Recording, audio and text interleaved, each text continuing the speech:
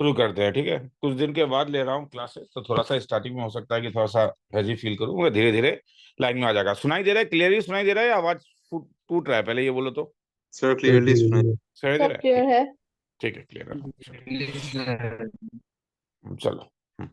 नहीं शायद तुम्हारे एंड से ही प्रॉब्लम हो सकता है नेटवर्क वो होने का, मगर इंटरनली अगर एक क्लियर आवाज है तो मैं मान के चल रहा हूँ, ठीक है। ठीक है, चलो सर शुरू। हाँ बोलो।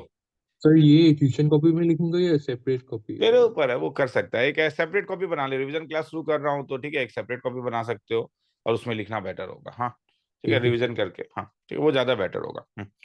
ठीक है, जब शुरू कर चुका हूँ तो ये वीकली शुरू करूंगा, ये कि कुछ ना कुछ रिवाइज करवाते रहूंगा, ठीक है। तो चलो करते हैं शुरू, सीक्वेंस सीरीज से शुरू करते हैं चीजों को, ठीक है। सीक्वेंस आज केवल सीक्वेंस करेंगे, ठीक है।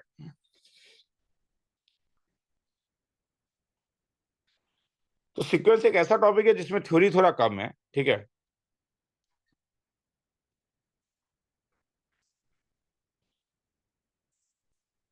तो ये सब तो टाइम की बर्बादी है, मगर एक बार एज ए यूजुअल, हाँ एपी हम जानते हैं क्या था, एपी का एनएफ टर्म निकालना जानते हैं, ये हमारे टीएन का फॉर्मूला था, ये सब लिखने का तुम्हें जरूरत नहीं है, ठीक है। The sum of the first and of an arithmetic progression, ये फॉर्मूला मालूम है, ठीक है।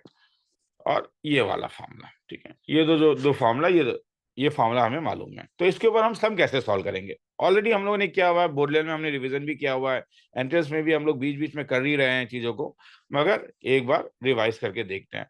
कोशिश करूंगा वो सम कराने का जो तुम लोगों के कॉपी के अंदर नहीं हो। एक दो सम तो हो सकता है वो सम हो जो कॉपी में हो, क्योंकि जो बेसिक सम्स है वो तो एक बार रिवाइज करवाना ही पड़ेगा, जैसे कॉमन टर्म वाले जो होते हैं। पर इन जनरली कोशिश करूंगा कि तुम लोगों का, ठीक है।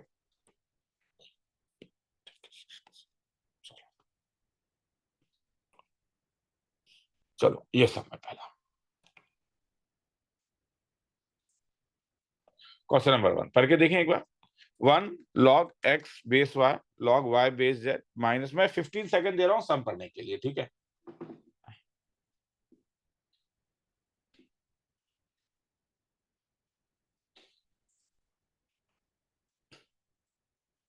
तो चार क्वांटिटी दिया हुआ है, तुम्हें एक्स वाई जेड के ऊपर रिलेशन निकालना है, ठीक है। चार क्वांटिटी दिया हुआ है, एक्स वाई जेड के ऊपर रिलेशन निकालना है। रिलेशन इंफॉर्मेशन ये है कि दे आर इन एपी। तो कैसे यूज करेंगे? तो इसका दो तरीका है, या तो हम शुरू करें यहां से, तो क्योंकि हम देखते हैं हमारे, ठीक है, फिगर मेमोरी में रहता है sir twice b equal to a plus c लगा दीजिए। तो 2 times of log x base y is equal to log y base z plus 1। मगर मैं यहां से इसलिए प्रोसीड नहीं करूंगा क्योंकि मैं यहां देख रहा हूं क्योंकि मेरे बेस से अलग है। अगर बेस अलग है तो फॉर्मूला लगाना मेरे लिए मुश्किल हो जाएगा। मुझे एक्स वाई जेड के ऊपर रिलेशन चाहिए, तो इस वाले से यूज नहीं करके हम कहां से यूज करते हैं, जो हमारा सबसे बेसिक डेफिनेशन था। बेसिक डेफिनेशन ये था कि मुझे फर्स्ट टर्म मालूम है 1 है, कॉमन डिफरेंस को लैम्डा ले लेता हूं या डी ले लेता हूं। तो log x बेस y कैसा दिखेगा? कोई बोलेगा? थोड़ा बोलना होगा। ठीक है, 1 + d। 1 प्लस डी, प्लस ठीक है, 1 प्लस डी। तो this can be written as x is equal to y to the power 1 plus d, नहीं क्या? तो x y के टर्म में आ गया। सिमिलरली मैं क्या कर सकता हूं, log y z को क्या लिखूंगा, 1 प्लस ट्वाइस डी। ये वाला प्रॉपर्टी तो याद है ना, ऑनलाइन क्लास है तो एक एक चीज बता देता हूं। log a b c होने से b is equal to a to the power c था, ये प्रॉपर्टी बोल रहा हूं। तो y का वैल्यू क्या हो जाएगा, z to the power 1 plus twice d. और log -15 log एक्स जेड का वैल्यू क्या हो जाएगा, 1 प्लस थ्राइस डी।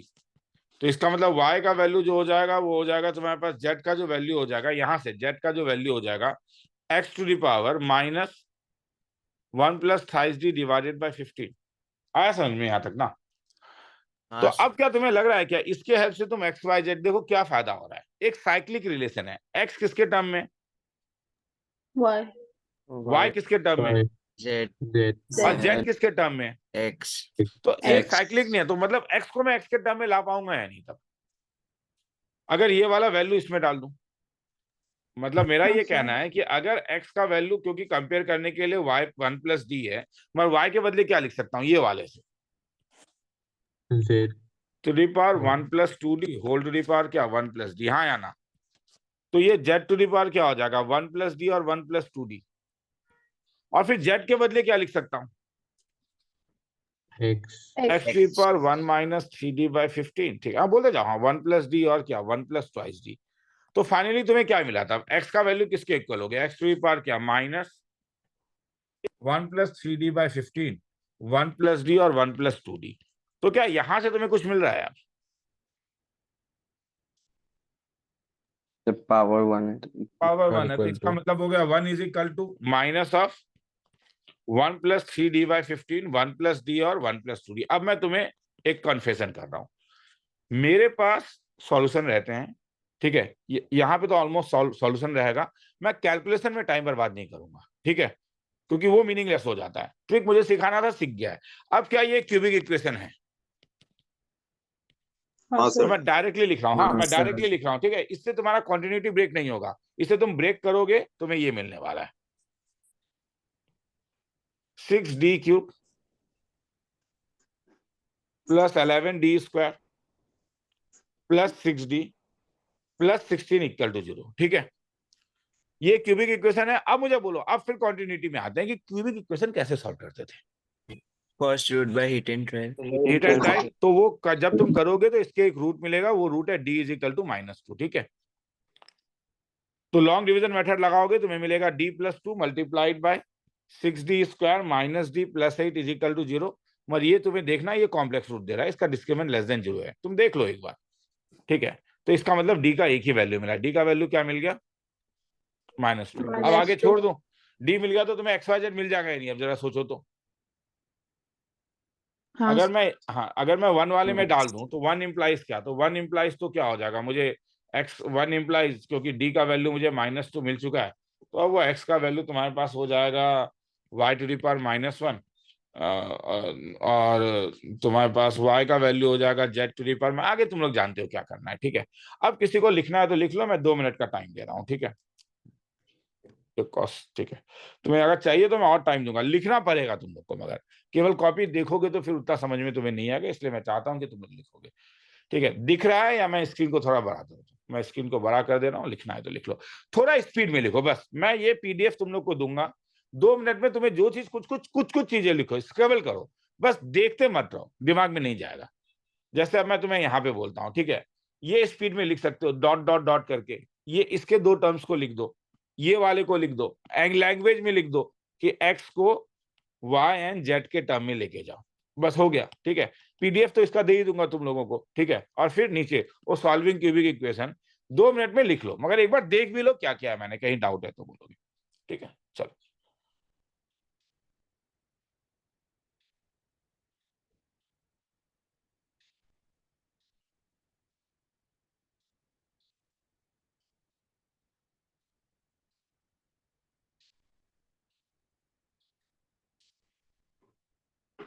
सर, हाँ बोल। आज इवनिंग का क्लास होगा ना? हाँ होगा। Okay sir.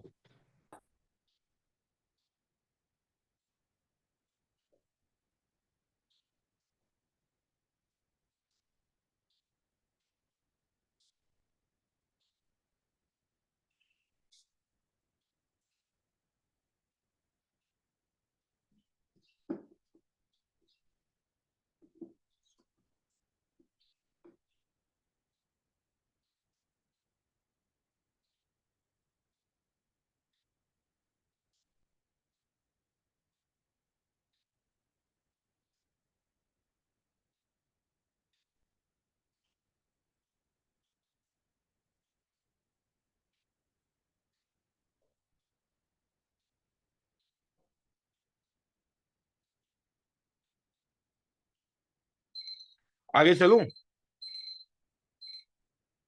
हाँ सर। हाँ सर।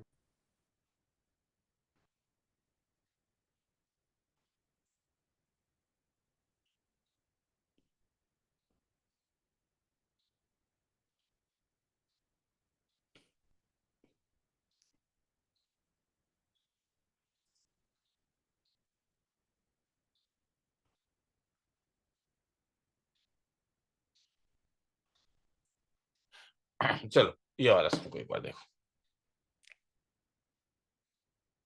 यहाँ मैं 45 सेकंड का टाइम दे रहा हूँ। हाँ, कि किसी को कुछ सोचना है तो थोड़ा सोच भी सकते हो।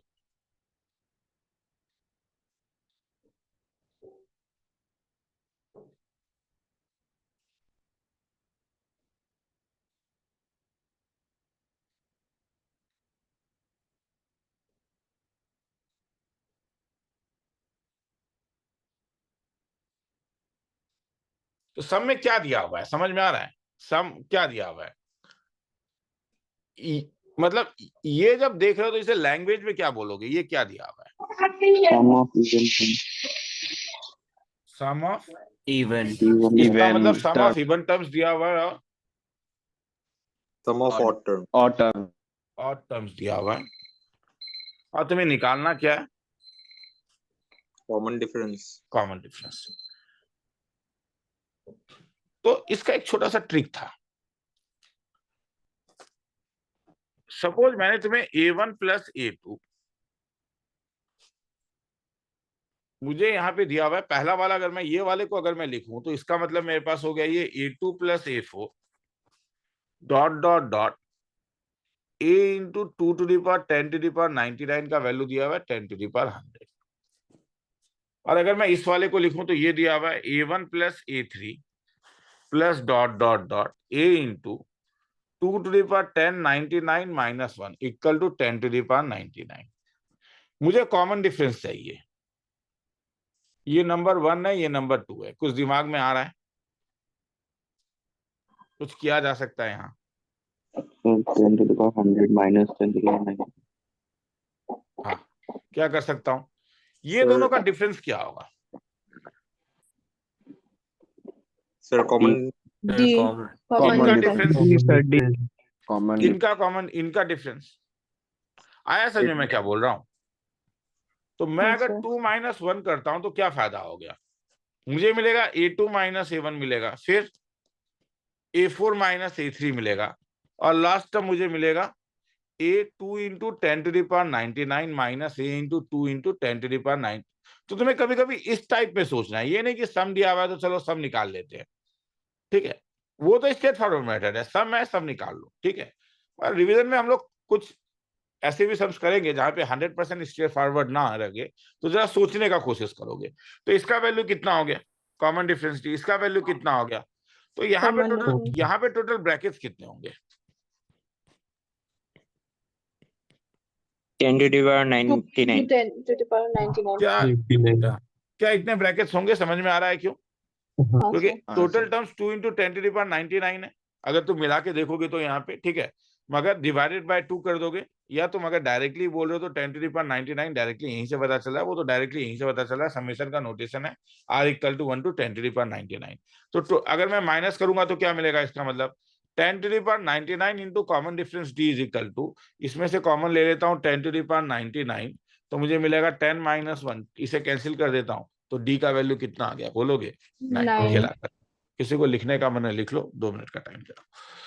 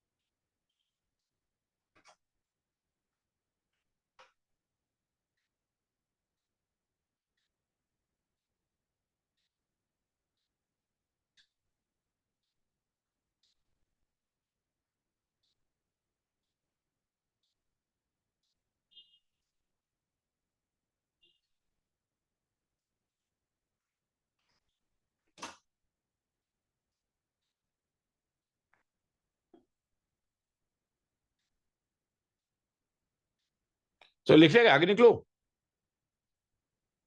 हाँ sir. हाँ सर। हाँ, sir. हाँ सर।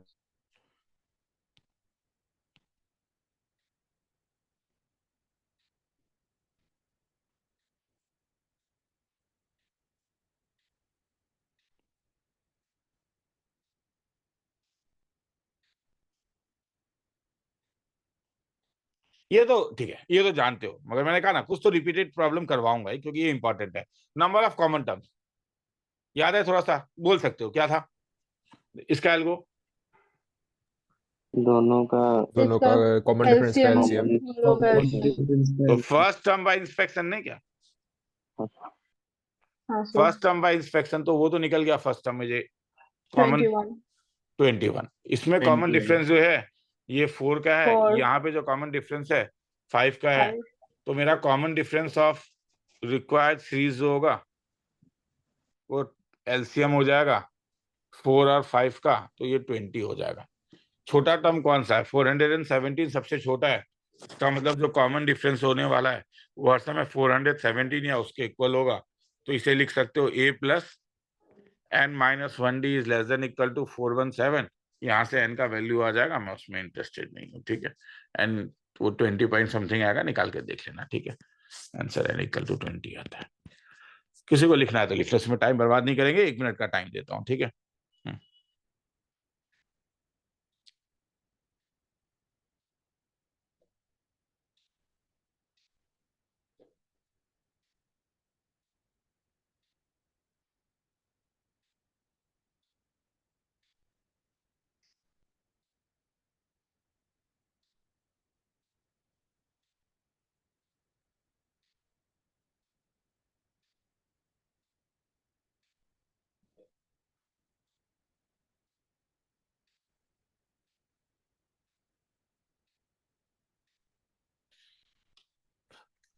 चलो आगे चलते हैं।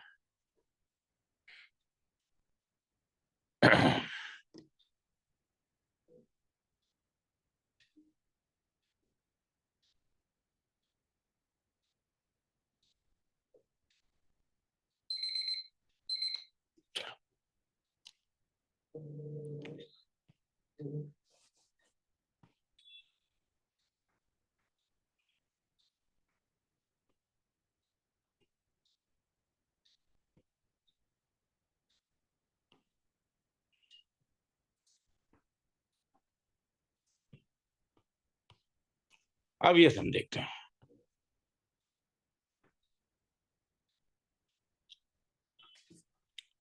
a by b, a b, a minus b, a plus b are first 4 terms of AP. अब देखो पहला सम भी ऐसा ही था, वहां पे भी 4 टर्म दिया हुआ था, यहाँ पे भी 4 टर्म। 15 सेकंड देता हूं सम पढ़ने के लिए।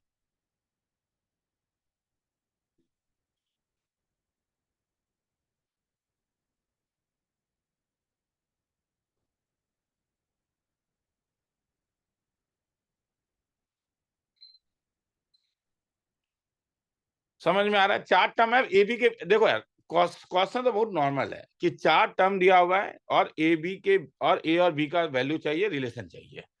तो यहाँ पे मगर तुम देख रहे हो, यहाँ पे ये लगाना ज्यादा बेटर है। यहाँ पे अननेसेसरी एक नया टर्म लाके फायदा नहीं है। ये 3 टर्म भी एपी में है और ये 3 टर्म भी एपी में है, तो ये दोनों के लिए 2 अलग अलग रिलेशन मिलेगा, नहीं क्या? A by b, a b और ए माइनस बी मेरा एपी में है। A b, a minus b और ए प्लस बी मेरा एपी में है।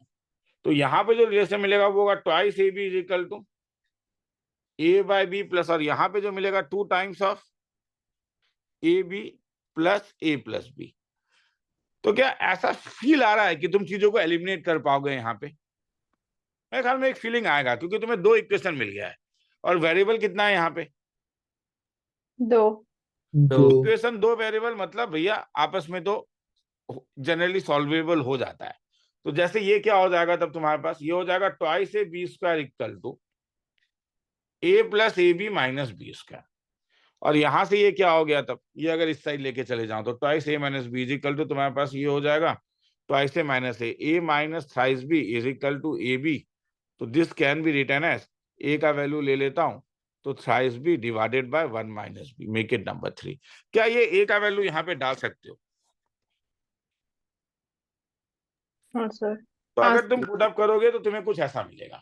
मैं डायरेक्टली लिख रहा हूं रे, 5b cube minus 2b square minus 3b equal 0। ये सब मेरा किया हुआ है, ठीक है। ये सब मैंने कल करके देखा है कि यही आ रहा है, ठीक है। तो this can be written as, b को जब तुम ब्रेक करोगे तो ये आ जाता है 5b square minus 2b minus 3 is equal to 0। तो this can be written as either b is equal to 0, मगर मेरे ख्याल में क्वेश्चन में दिया हुआ है कुछ। देखो ये क्या दिया हुआ कंडीशन, ए बी r0 का मतलब होता है, ये स्टैंडर्ड सिंबल है r माइनस 0 का, तो b 0 नहीं हो सकता है, मतलब ये पॉसिबल नहीं है।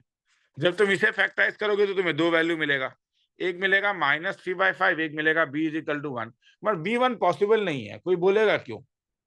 जरा ध्यान से देखोगे, क्योंकि ऑनलाइन में देखना थोड़ा मुश्किल होता है, तो मैं कलर कर देता हूं। कहां से तुम्हें पता चल रहा है कि b1 नहीं होगा? ए बाई बी और ए बी सेम हो जाता सर क्योंकि बी डिनोमिनेटर में ही सर वहाँ समझ में आ रहा पे है? तो नहीं वन है। तो ये A का पॉसिबल नहीं है। वैल्यू हो ठीक है, तो जाएगा बस आगे छोड़ दो, क्योंकि बी निकल गया। बी निकल गया तो किसका वैल्यू निकल जाएगा? ए निकल गया तो बाकी A सब का। निकाल लोगे नहीं? क्वेश्चन पढ़ के देखो एक बार। हाँ। तो ए भी निकल गया तो सब कुछ तो निकल ही जाएगा। ठीक है, लिखना है तो लिख लो, मैं 1.5 मिनट का टाइम देता हूं।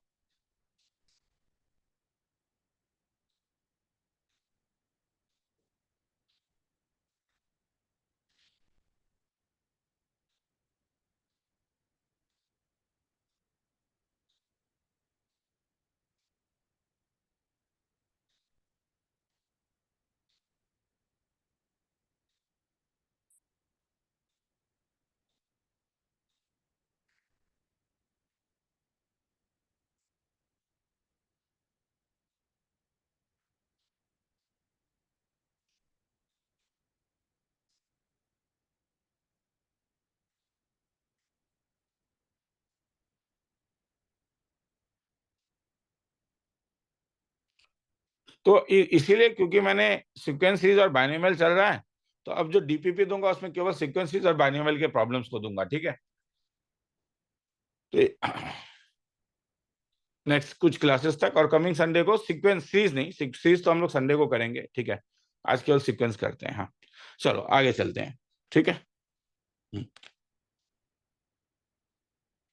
एक तरीके से बस एक मोमेंटम दे पा रहा हूं तुम लोगों को। इस मोमेंटम को यूज करके तुम लोगों को चीजों को और करना है। ठीक है, प्रैक्टिस करना है, डाउट पूछना है, इस टाइप से चीजों को आगे बढ़ाना है।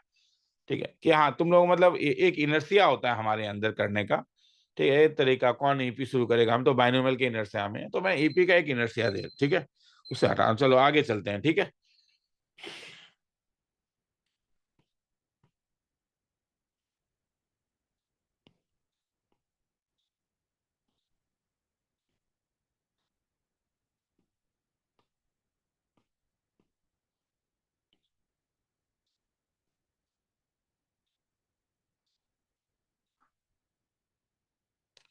चलो शुरू करोगे? देखोगे एक बार क्या कह रहा है, सम पढ़ के देखो।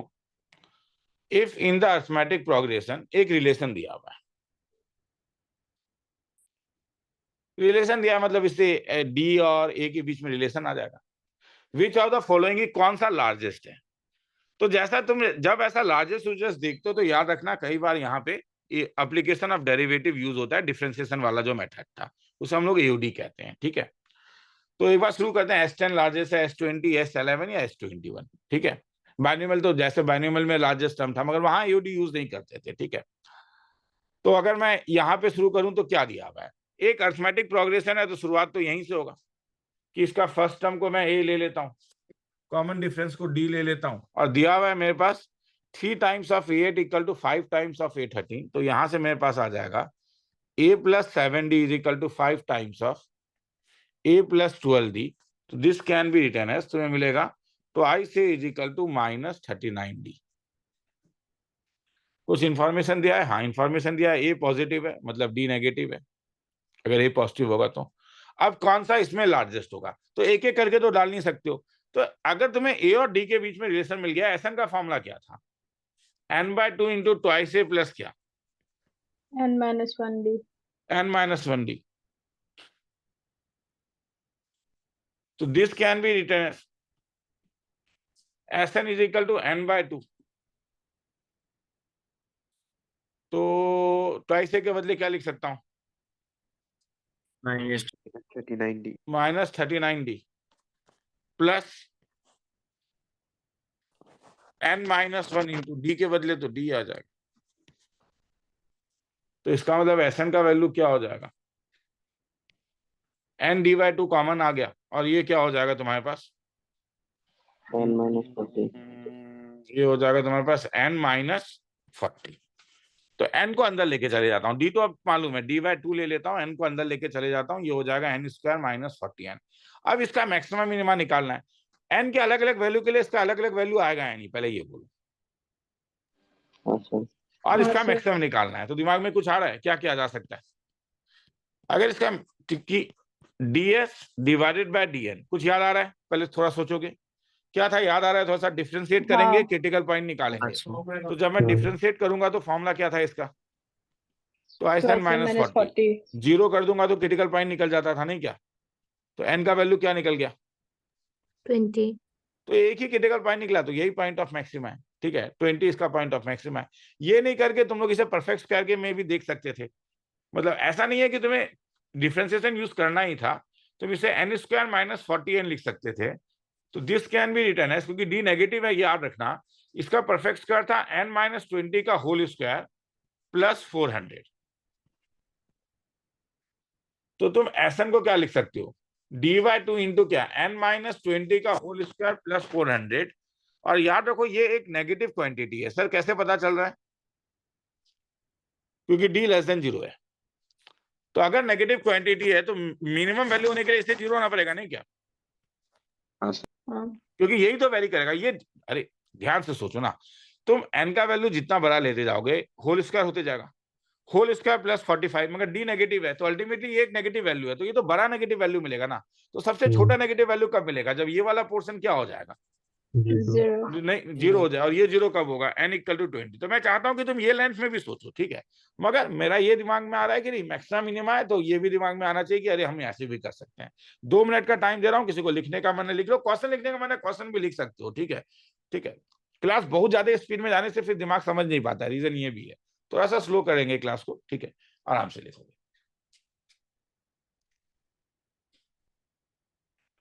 मगर लिखो बस। मैं ये बोलूंगा लिखो, हाँ, बस सर देखो मत। हाँ बोलो। सर वो लास्ट वाला पार्ट एक बार समझा देंगे क्या? नीचे पहले ये लिख लोगे, मैं नीचे आ जाता हूँ फिर। Okay.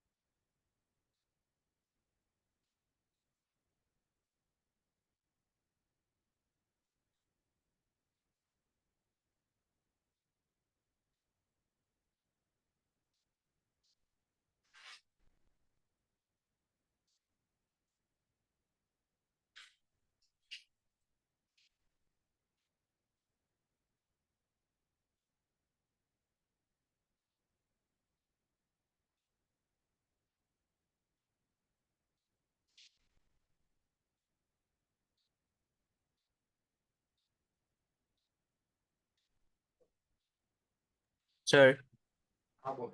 सर ऑप्शन सी होगा ना इसका आंसर? 20, हाँ सी।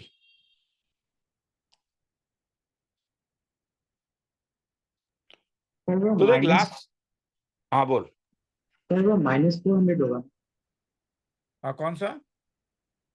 सर नीचे। ओ -400 है।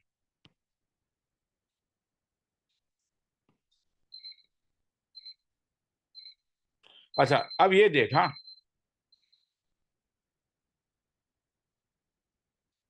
प्रीतिश, जो डाउट था तेरा, मेरा ये कहना है कि अगर मैंने 3 टाइम्स ऑफ ये एक एक्सप्रेशन है x माइनस 2 का होल स्क्वायर -5, तो ये तो जैसे जैसे x का वैल्यू बढ़ेगा, जैसे जैसे मैं x का वैल्यू बढ़ाऊंगा, ये क्वांटिटी बड़ा होगा या छोटा होगा? जरा सोच सोच सोच के बोलेगा। ऊपर से अलग है ये क्वांटिटी, जैसे जैसे मैं x का वैल्यू बढ़ाते जाऊं तो सर ये बड़ा होगा। इसका मिनिमम कब होगा?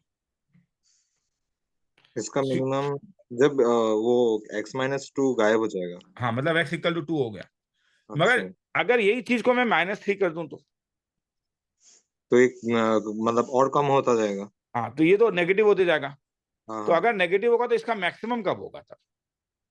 इसका मैक्सिमम तब होगा जब x-2 होल स्क्वायर गायब हो जाएगा। मतलब x इक्वल टू 2। तो सेम चीज यहाँ पे हो रहा है, बस यहाँ पे दिख नहीं रहा है, यहाँ पे -3 दिख रहा है, यहाँ पे ऊपर के लैंग्वेज से ऊपर के कंडीशन से आ रहा है कि d लेस देन 0। समझ में आया मेरा क्या कहना है?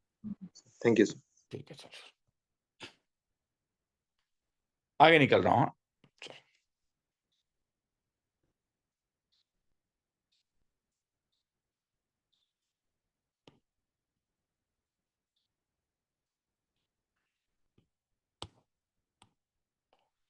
तो हम लोग ने यहाँ पे कुछ कुछ देखा था, if a b c and a p to b equal to क्या, ये तो हम जानते हैं, ए प्लस डी ये जानते हैं।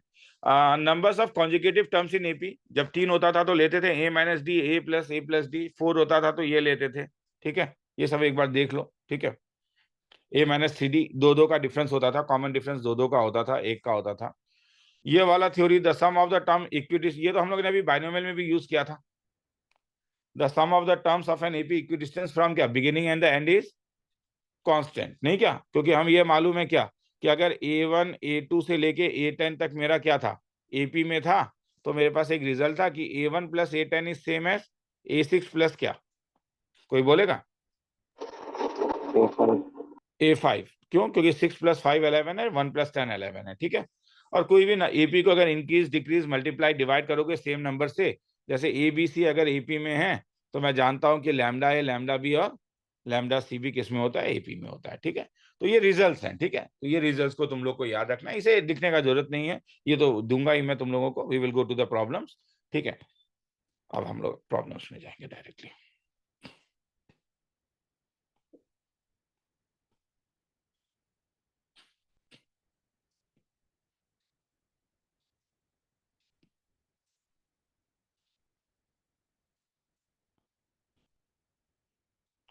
चल देखते हैं ये प्रॉब्लम्स, करके देखो, लंबा समय, किसी को थोड़ा लिखना है तो लिख भी सकते हो, 45 सेकंड का टाइम दे रहा हूँ, हाँ, लिख तो नहीं पाओगे 45 सेकंड में, ठीक है, पढ़ के देख लो।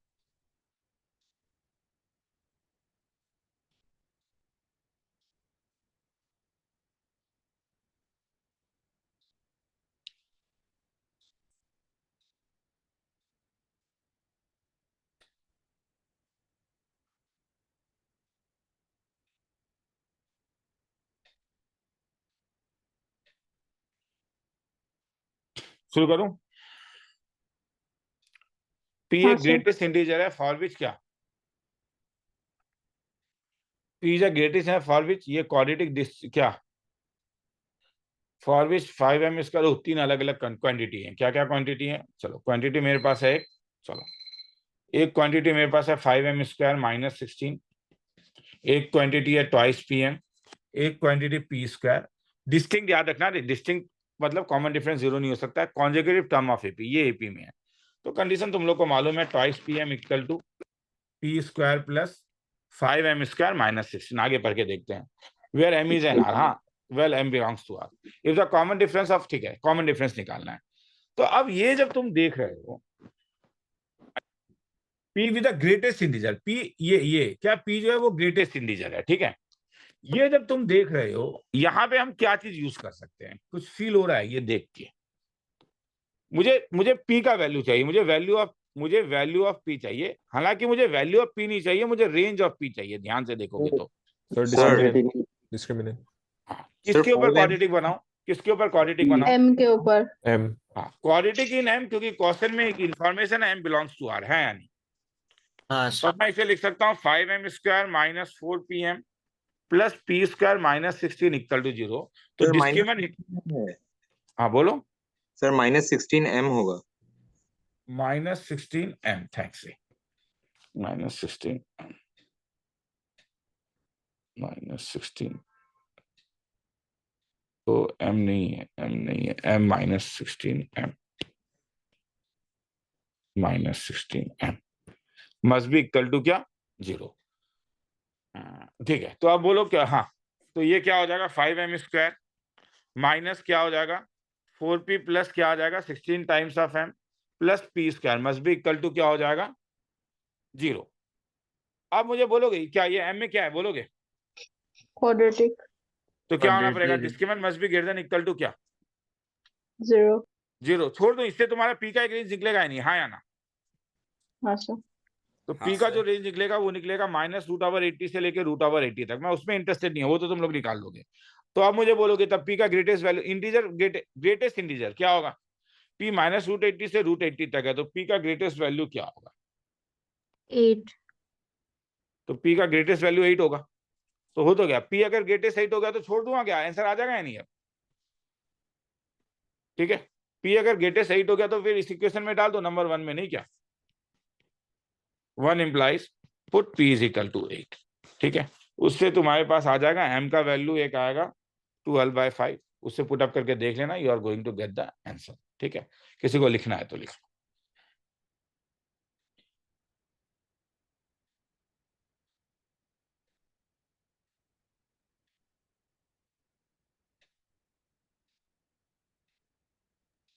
सर हाँ बोल। सर मतलब इधर P is the greatest integer, तो इसलिए हम लोग को रेंज निकालना पड़ा ना, like to find the greatest. हाँ मतलब देखो यार, उससे पहले ना कई लोगों ने जो बोला, यहाँ पे क्वाड्रेटिक से ही पता चल जा रहा है कि क्या होने वाला है, आया समझ में। हाँ हाँ मतलब ये चीज को यहाँ पे सबसे इंपॉर्टेंट चीज था ये सोचना कि ये वाला जो इक्वेशन है ये क्या है, बोलोगे? क्वाड्रेटिक इन है। क्वाड्रेटिक है, ठीक है। आगे चलूं?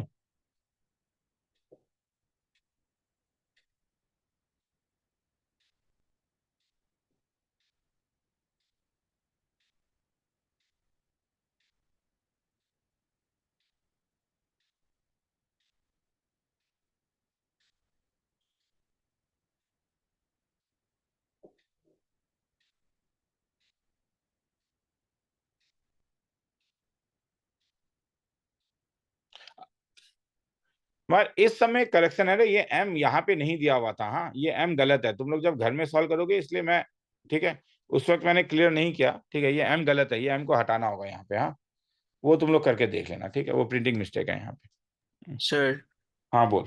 सर ये p का ग्रेटेस्ट वैल्यू 8 कैसे हुआ, एक बार समझाइए ना। क्यों p कहाँ से कहाँ तक है, बोलना।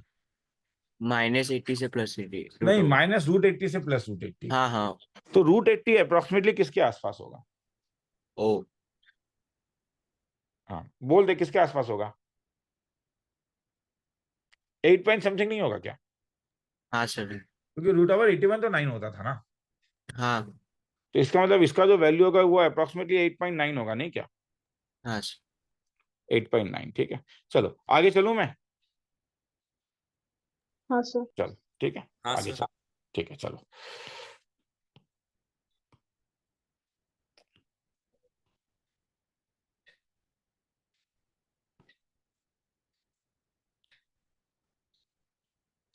नंबर 7 एक बार देखेंगे, कोई बोलेगा? ये तो बोल पाओगे, मैं ये करूंगा नहीं, मुझे लगता है तुम बोल पाओगे, ये करके देखो। रूथ सारी नहीं पी, क्या एल्गोरिथम याद है?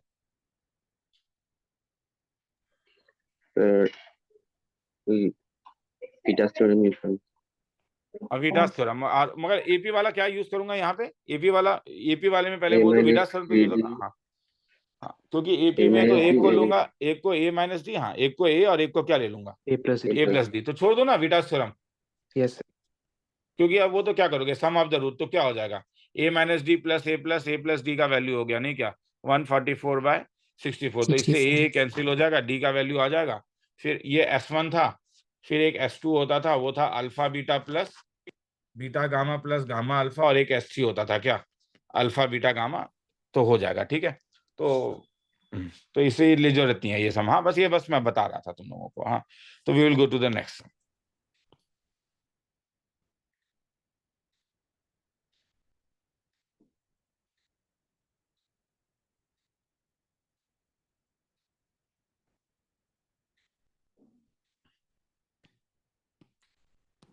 तो छोड़े सैमसंग, वो मैं छोड़ रहा हूँ, तुम लोग पेज छोड़ सकते हो, मैं तो पीडीएफ भेजूंगा ही, तब लिख लेना उसको। हाँ ठीक है, आंसर लिख, ठीक है। नेक्स्ट टाइम से मैं आंसर लिख दूंगा यहाँ पे। हाँ क्योंकि अगर कोई सॉल्व करना चाहे तो सॉल्व करके देख सकता है। इसका आंसर 1 है, ठीक है। हाँ चलो ये पढ़ के देखोगे।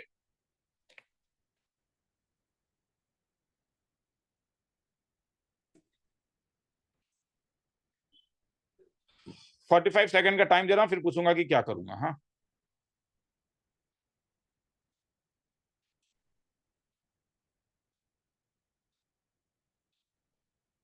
ये करवा दे रहा हूँ, ये ऊपर जैसा ही सम है, मगर ये करवा दूंगा। हाँ तो क्यों ये ऊपर जैसा, ऊपर वाला सम है, समझ में आ रहा है? तो क्या कोई ऐसा इंफॉर्मेशन दिया है जो हमें बोल रहा है ये ऊपर वाला ऊपर टाइप है? मैं फिर से कह रहा हूँ, लिखोगे, केवल देखोगे, समझ में नहीं आएगा, कॉपी होना चाहिए। हाँ मैं देख नहीं रहा हूँ कि तुम लोग लिख रहे हो या नहीं लिख रहे हो। हाँ जो लोग नहीं लिख रहे हैं लिखना शुरू करो, तभी क्लास। और फिर इसके बाद एक असाइनमेंट दूंगा, ठीक है, 20 सम का एक असाइनमेंट दूंगा, 20-25 सम का, वो कर लेना बैठ के। अगर क्लास अटेंड की हो तो टाइम देना होगा करने के लिए, चीजें रिवाइज होगा। तो क्या तुम्हें लग रहा है कि ये भी ऊपर वाला टाइप है? हाँ Yes, सर। sir. क्योंकि 4 रियल रूट्स एपी, मगर यहाँ पे 4 है, इसलिए क्या क्या होंगे रूट्स, क्या क्या होंगे? जैसे अल्फा 1 में ले लेता हूँ, A minus 3D. A A minus minus 2 three D, 3D. ठीक है। अल्फा 2 हो जाएगा ए माइनस डी, अल्फा 3 हो जाएगा ए प्लस डी, अल्फा 4 हो जाएगा ए प्लस 3D। तो अब क्या क्या इसमें क्या क्या यूज कर सकते हैं? Vieta's theorem, x to the power 4 है minus 12k plus 5 x square है प्लस 16k स्क्वायर 0 है। तो अगर मैं S1 का वैल्यू बोलूं, मतलब अगर मैं सबको ऐड कर दूं, तो मुझे क्या मालूम है? मुझे ये मालूम है, ये था minus coefficient of x cube divided by coefficient of x to power 4। क्या यहाँ पे एक्स क्यूब प्रेजेंट है? नहीं है। नहीं sir. ये 0 हो जाएगा। मगर अगर मैं इन सबको ऐड करूं तो क्या हो रहा है? 4A। तो 4a 0 हो गया, इसका मतलब मुझे a 0 मिल गया। तो मतलब फिर से मुझे रूट्स मिल गया। रूट्स क्या मिल गया मुझे? -3d माइनस d और 3d। अब मैं और क्या यूज कर सकता हूं, वही देखना है। तो अब S2 अगर यूज करूं तो क्या था? Alpha 1 alpha 2 plus alpha 1 alpha 3 plus alpha 1 alpha 4 plus alpha 2 alpha 3 plus alpha 2 alpha 4 plus taking 2 at a time. ये मेरे पास था। 2 टर्म है तो तीन टर्म जब होता था तो चीजें नेगेटिव था, 2 टर्म था तो ये पॉजिटिव हो जाएगा, और ये मेरे पास बन जाएगा coefficient of x square divided by coefficient of x to the power 4। इसका वैल्यू जब तुम डालोगे, जिसमें मैं टाइम बर्बाद नहीं करूंगा, हम डायरेक्टली लिख रहे हैं, ठीक है। इसका वैल्यू तुम्हारे पास डी के टर्म में निकलेगा, ये निकलेगा 10 डी स्क्वायर इक्वल टू, तो ये हो जाएगा तुम्हारे पास 12k प्लस 5। एक रिलेशन यहां से आ गया। अब और क्या यूज कर सकता हूं? S1 यूज कर लिया, S2 यूज कर लिया, 16k स्क्वायर यूज करने का मन है, तो मेरे ख्याल में इसके लिए S4 यूज कर लूं, क्योंकि तब S4 का वैल्यू जो होगा वो मेरे पास होगा। S4 का वैल्यू होगा अल्फा 1 अल्फा 2 अल्फा 3 और क्या अल्फा 4, और सबका प्रोडक्ट मेरे पास हो जाएगा 3 3 9d square, 9d to the power 4 is equal to क्या हो गया? 16k स्क्वायर, क्योंकि ये था मेरे पास coefficient of x to the power 0 divided by coefficient of x to the power 4। मेरा मकसद ये रिवाइज कराना था रे, ये रिवाइज कराना, ठीक है। इससे डी स्क्वायर का और एक वैल्यू आ गया 16k डिवाइडेड बाय 9 नहीं 4k डिवाइडेड बाय 3। अब मुझे बोलो 1 और 2 को ध्यान दो, क्या 1 और 2 से एलिमिनेट हो जाएगा? घटिया सवाल पूछ रहा हूं, मगर ऑनलाइन में पूछना पड़ता है ऐसे सवाल, ताकि तुम लोग का कंसंट्रेशन बना रहे। क्या डी स्क्वायर एलिमिनेट हो रहा है? हाँ सर. आगे हाँ सर. फ्रॉम 1 and 2 हो रहा है, ठीक है। k का वैल्यू 15/4 हो जाएगा। किसी को लिखना है तो लिख लो, फिर आगे चलेंगे, ठीक है।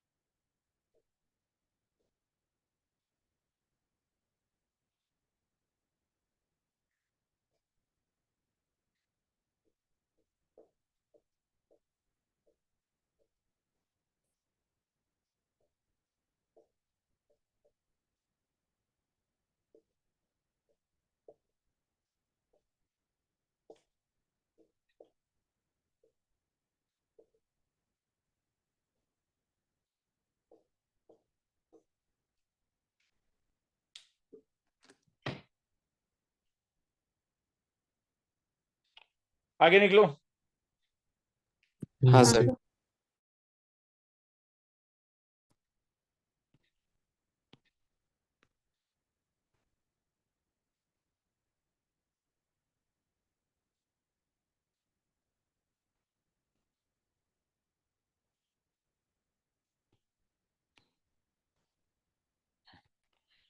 अर्थमेटिक मीन याद है?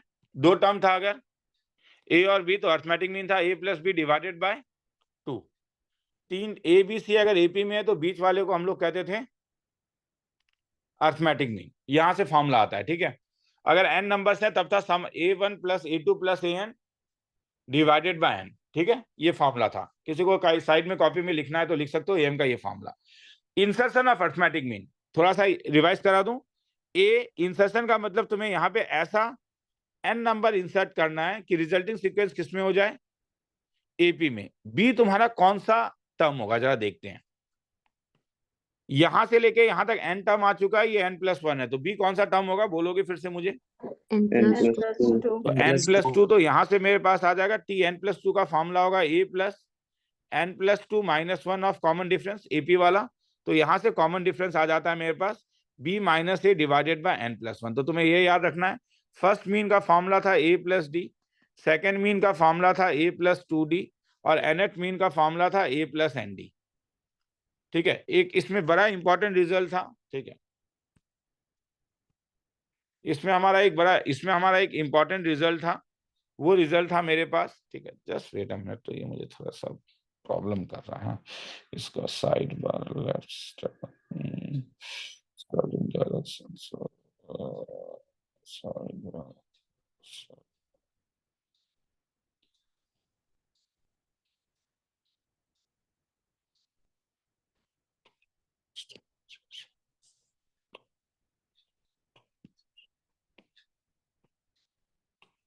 ये लग जा रहा है, बार बार हाथ में लग जा रहा है। चलो शुरू करूं। तो A2 A plus 2D dot dot dot आया समझ में। तो AN मेरे पास आ गया A प्लस ND। सुनने में आ रहा है? हाँ सर।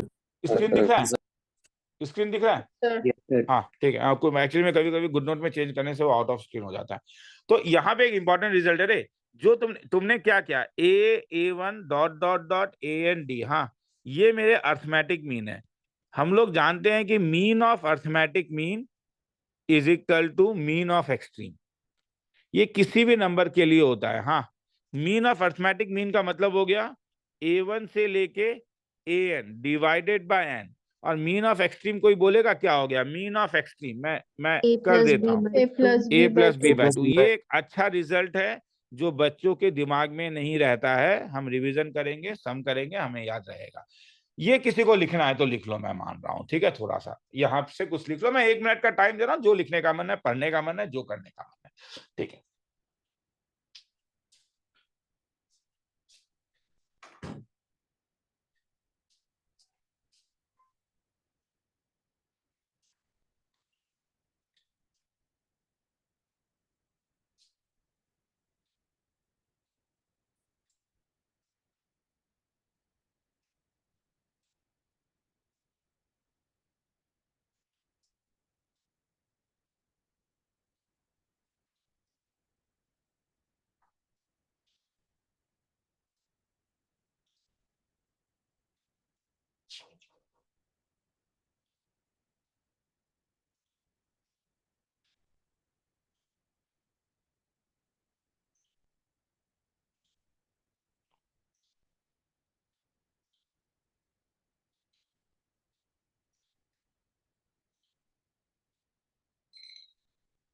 आगे चलूं?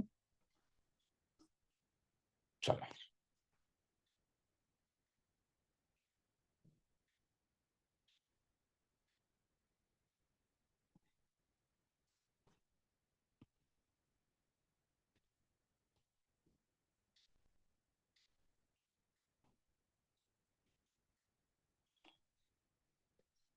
ये सम पढ़ के देखो।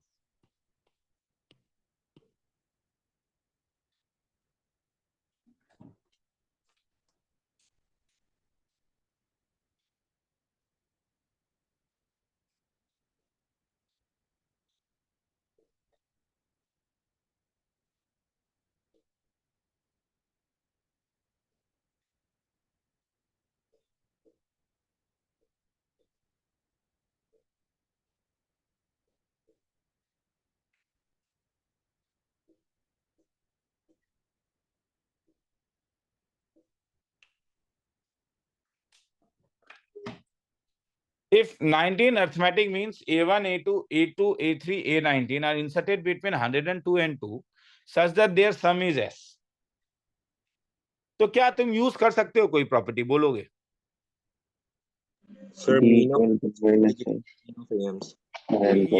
हाँ, ये मीन्स हो जाएगा, ये एक्सट्रीम हो जाएगा, होगा या नहीं? हाँ सर। तो वही सोचो ना, देयर आर प्रॉब्लम्स ना, देयर आर प्रॉब्लम्स जहां पे हमें अगर रिजल्ट याद है, divided by 19 is equal to हो जाएगा 102 plus 2 divided by 2.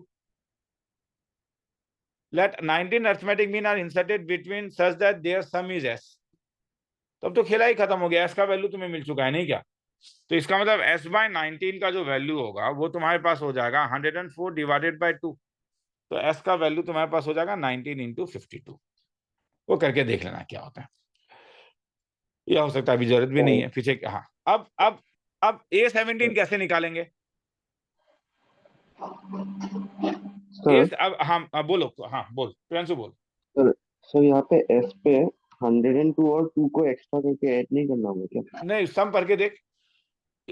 If 19 arithmetic mean A1 to A19 are inserted between such that their sum is S, मतलब इसके बारे में बोल रहा है ना. ठीक है, आया समझ में? अब A17 कैसे निकालेंगे, क्योंकि अब यहाँ पे दोनों थ्योरी कवर अप हो जा रहा है. तो A17 निकालने के लिए मुझे फॉर्मूला था A प्लस 17D, नहीं क्या? Yes, जहां पे D का जो फॉर्मूला था वो था मेरे पास B minus a divided by N plus 1. तो ये हो जाएगा मेरे पास 19 minus 1 divided by 20 is equal to, ठीक है, सॉरी B माइनस से मैंने गलत कर दिया ना. हाँ, B माइनस से मेरे पास क्या हो जाएगा, सॉरी मैंने गलती किया. B माइनस से A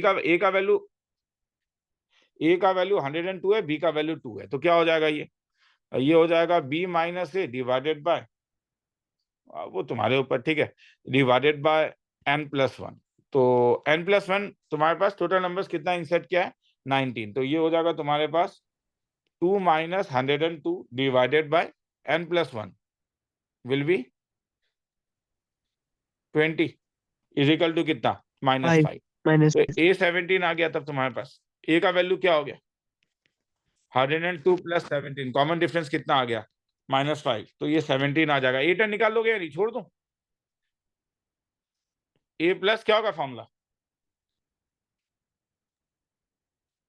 A plus 10D. A plus 10D. तो इज इक्वल टू 52. तो सॉल्यूशन क्या होगा, S divided by A17 plus 2 into कितना, A10. पुटअप कर देना, मैं इंटरेस्टेड नहीं हूँ, आंसर बनाएगा. किसी को लिखना है तो लिख लो, फिर आगे चलूंगा.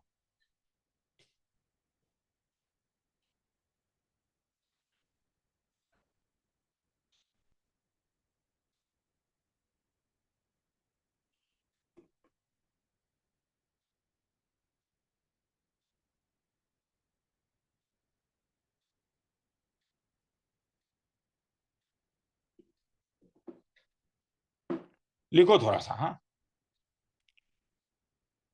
अब जीपी में जाएंगे, ठीक है. ये एपी का एक मैंने रिवीजन करा दिया.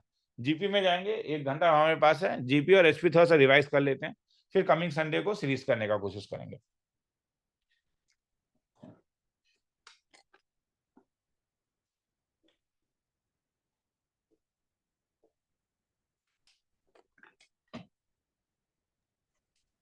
सर हाँ बोल. सर आप ये रिवीजन क्लासेस सैटरडे को ले सकते हैं क्या? नहीं, सैटरडे स्कूल बंद रहता है. नहीं, वो क्या बोलते हैं, स्कूल खुले रहते हैं ना, अच्छा अच्छा अच्छा। इसलिए. ठीक है,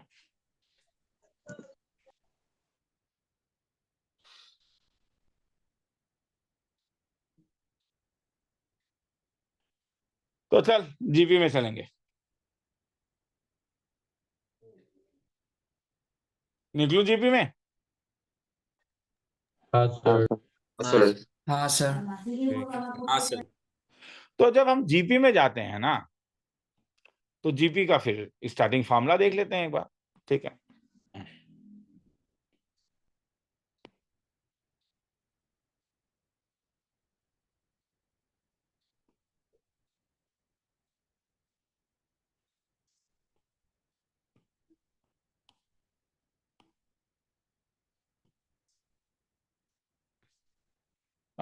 इसका an का फॉर्मूला था a r to the power n-1.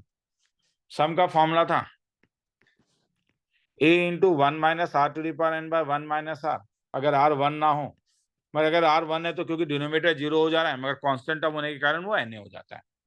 s infinity का फॉर्मूला था e divided by 1 minus r, r अगर -1 से 1 तक था। तो तुम्हें किसी को नंबर 1 पॉइंट 2 पॉइंट 3 पॉइंट लिखना है तो लिख सकते हो, ऊपर हेडिंग दे सकते हो जीपी। 45 सेकंड का टाइम देता हूँ।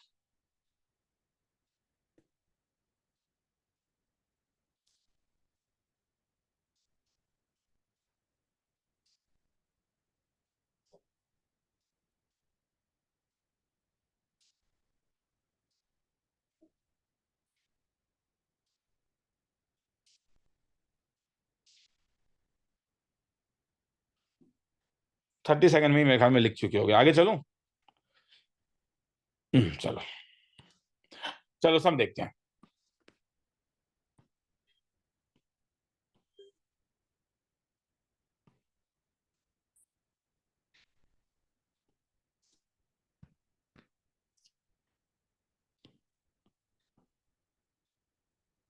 चलो बोलोगे क्या कह रहा है?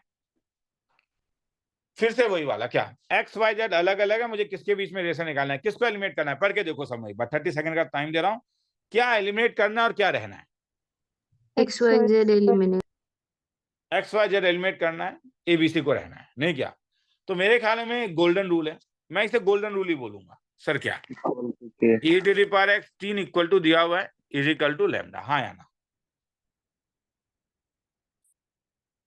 ठीक है, तो इससे एक्स का वैल्यू, इसमें से और इसमें एक्स का value Log log A lambda lambda. Base, Y का value log lambda base B, Z का value log lambda base C. अब कुछ इंफॉर्मेशन दिया है क्या, जरा देखें तो। एक्स वाई जेड इन तो जीपी। अगर एक्स वाई जेड जीपी में है तो फॉर्मूला क्या होगा तब?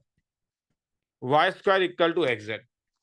तो this implies log b lambda square equal to क्या?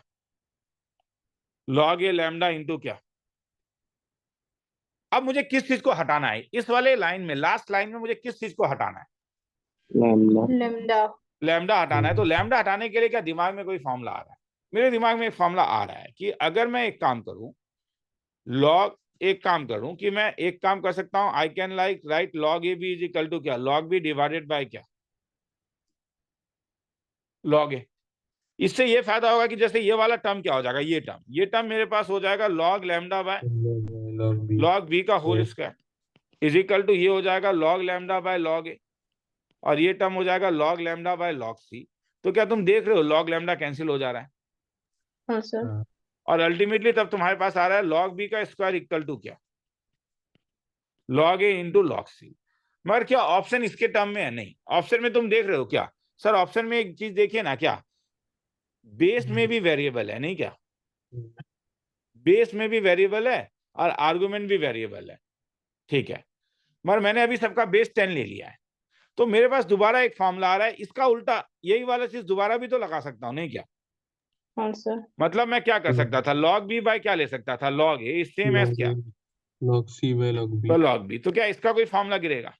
Log b by Log B to log base b base a is equal to क्या? Log C c base base B. B. Log, हाँ, क्या ये किसी ऑप्शन में, option number ए क्या कह रहा है? Log b base a is equal to log b, नहीं, ऑप्शन नंबर ए गया, ठीक है। ऑप्शन नंबर बी, पर वही वाली बात, अब वही तुम्हें देखना, ऑप्शन नंबर बी और ये सेम है, तुम देख पा रहे हो?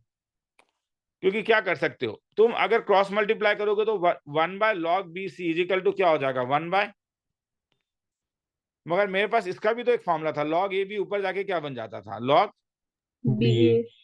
तो ये क्या बन जाएगा तब? Log b base c is equal to क्या? Log A base B. A base b. खिला खत्म, तुम्हारे पास बी। लिखना है तो लिख लो। आया समझ में? तो इस टाइप से लॉग का यूज एपीजीपी में, प्लस एक्स्ट्रा कुछ चीजें बताया है। लंबा समझा, 2 मिनट का टाइम दे रहा हूं, किसी को लिखना है तो लिख लो, फिर आगे चलेंगे।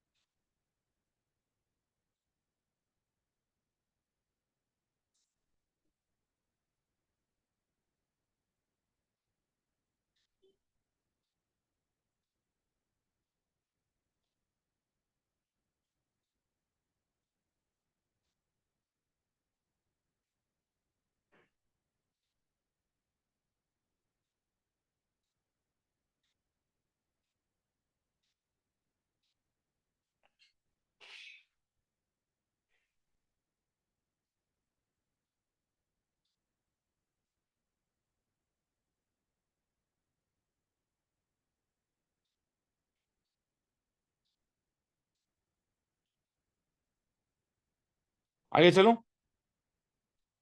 हाँ सर। सर एक मिनट।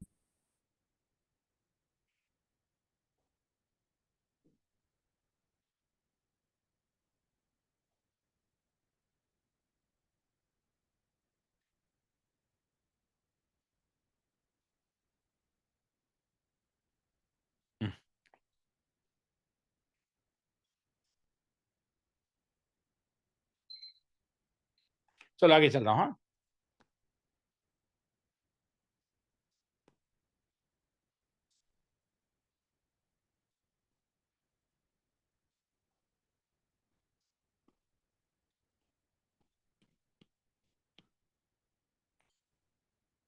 तो चलो शुरू करते हैं। एबीसी जीपी स्टैंडर्ड रिजल्ट है b square equal to AC। ठीक है, यहाँ पे मगर अगर 3 नंबर कॉन्जुगेटिव नंबर अगर एपी में था तो कंडीशन था हम लोग क्या ले लेते थे, एक बार ए बाय आर लेते थे, एक ए लेते थे और एक बार ए आर। जब 4 होता था तो फिर ये वाला लेते थे। ठीक है, इसे याद रखना है ये 2 चीज को। ठीक है, 5 6 7 जरूरत नहीं है। ठीक है, ये जो ये इंपॉर्टेंट है।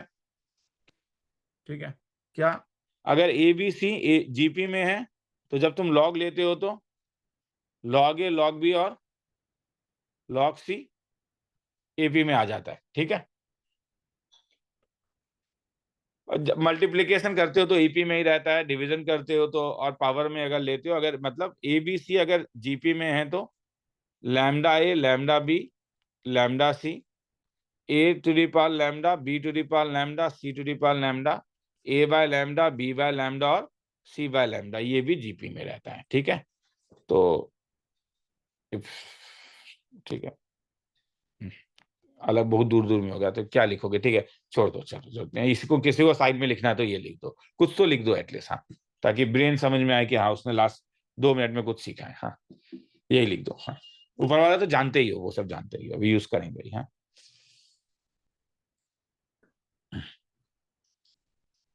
15 सेकंड का टाइम दे रहा हूँ, लिख दो 15 सेकंड। ठीक है, एबीसी अगर जीपी में b square equal to AC, ये इंपॉर्टेंट था नंबर 1। नंबर 2 ये था। नंबर 3 ये था कि अगर एबीसी जीपी में है तो याद रखो लॉग ए लॉग बी और लॉग सी एपी में होता है। तो ये 3 चीज तुम्हें याद रखना होगा। आगे चलूं मैं? हाँ सर। चलो,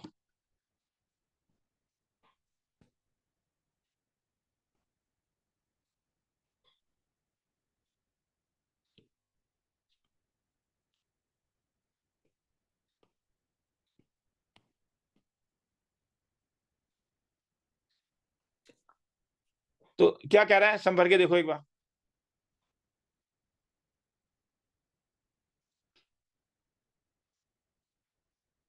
if roots of equation this and this, ये अगर जीपी में है तो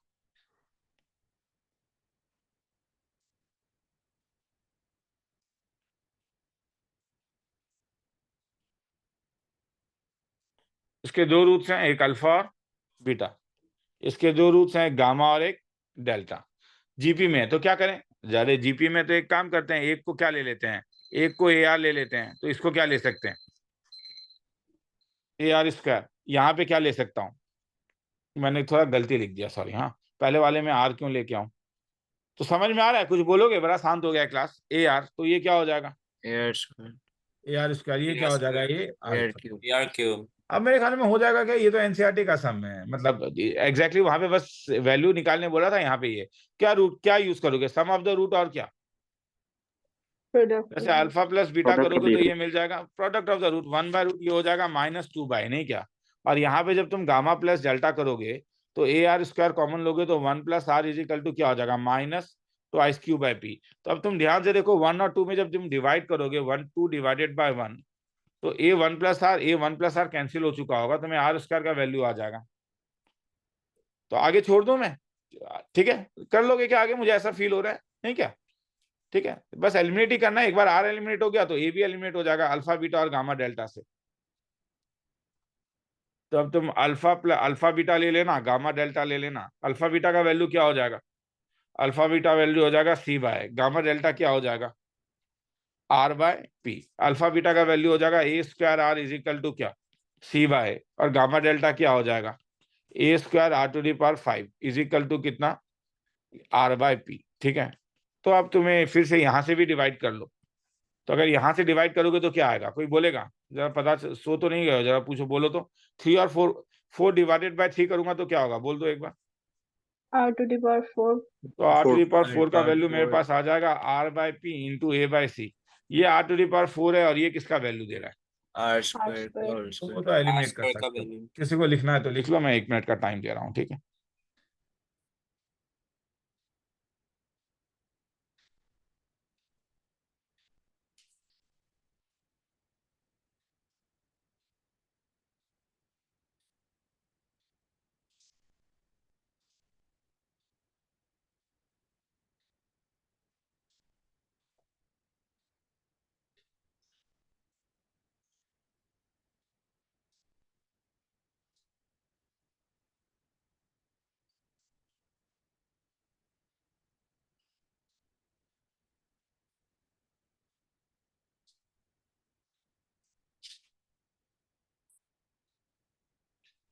चलो आगे चलो। हाँ सर। So थोड़ा सा रुकिएगा।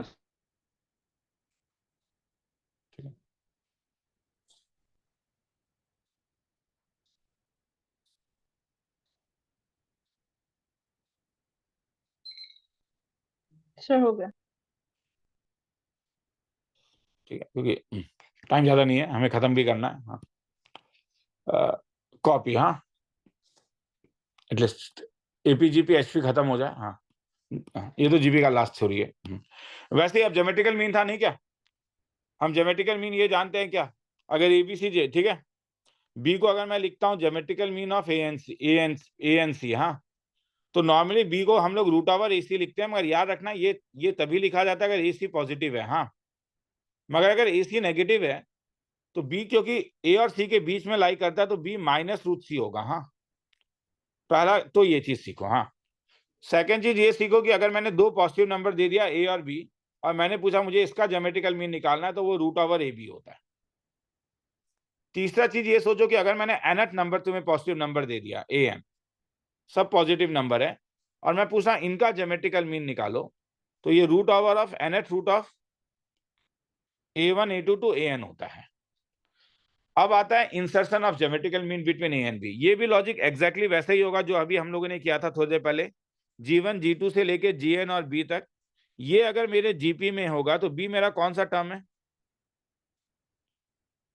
n+2। तो ये मेरे लिए हो n+2 जाएगा B मेरे पे, इसलिए हो जाएगा a r to the power n+1। तो r का वैल्यू मेरे पास आ जाता है b by whole to the power 1 by n+1। ठीक है, एग्जाम में स्पीड करने के लिए तुम्हें ये चीज याद रखना पड़ेगा।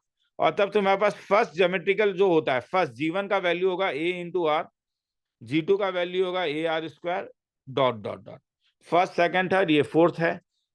फिफ्थ वाला जो इंपॉर्टेंट है, मैं फिर से कहूंगा ये इंपॉर्टेंट है, क्या? Product of the geometrical mean. इनका जो ज्योमेट्रिकल मीन होता है, इनका ज्योमेट्रिकल मीन होगा, यहाँ पे टोटल n एलिमेंट्स हैं तुम्हारे पास G1 से लेके, तो इनका जो ज्योमेट्रिकल मीन होता है n ऑफ G1 G2 से लेके Gn तक एक्सट्रीम का ज्योमेट्रिकल मीन के इक्वल होता है, मतलब root over of a b. ठीक है, इस रिजल्ट को याद रखोगे। ठीक है, तो किसी को लिखने का मन है लिख सकते हो, कहीं डाउट है तो पूछोगे। Number 1, number 2, number 3, number 4, number 5, total 5 चीज मैंने बताया। बी अगर ज्योमेट्रिकल मीन है तो b root over a c, a b positive है तो geometrical mean root over a b, A1 A2 A3 AN positive है, geometrical mean pth root of A1 A2 AT। और अगर ए G1 G2 तुमने geometrical mean insert कर दिया है तो उसका कॉमन रेशियो निकलता है b by whole to the power 1 by n+1। और ज्योमेट्रिकल मीन का जो मैं इनका जो ज्योमेट्रिकल मीन लूंगा और ए और बी का जो ज्योमेट्रिकल मीन लूंगा वो सेम होगा। ठीक है, मैं 1 मिनट का टाइम दे रहा हूं, जो जो इस पॉइंट लिखने का मन है लिख सकते हो।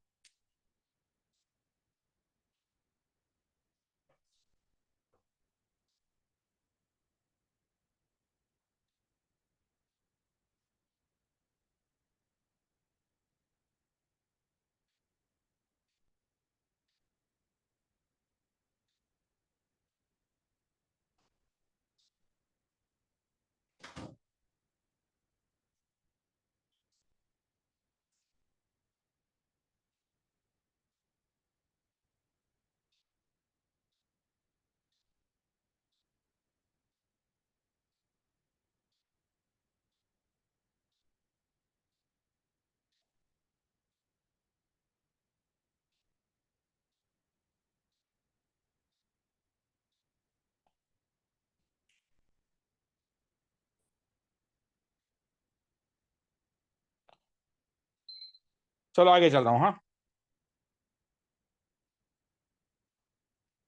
चलो ये सब देखते हैं।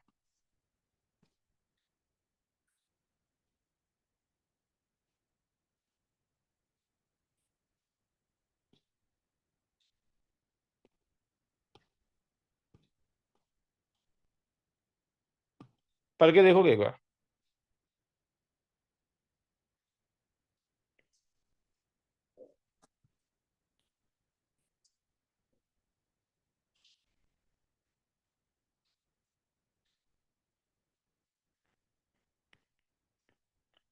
तो ये सब यार डायरेक्टली न्यूमेरिकल सम्स हैं। जैसे ए का वैल्यू क्या होगा, कोई बोलेगा? थोड़ा स्पीड में बोलो, तो थोड़ा स्पीड में निकलते हैं। a हाँ plus b by 2 तो ये आ गया नहीं क्या? अब जीवन जी तो तुमने ज्योमेट्रिकल मीन इंसर्ट किया है, तो जीवन का वैल्यू क्या होगा? ये ए आर नहीं होगा। हाँ सर। हाँ सर। G2 क्या हो जाएगा? AR और आर का वैल्यू क्या हो जाएगा?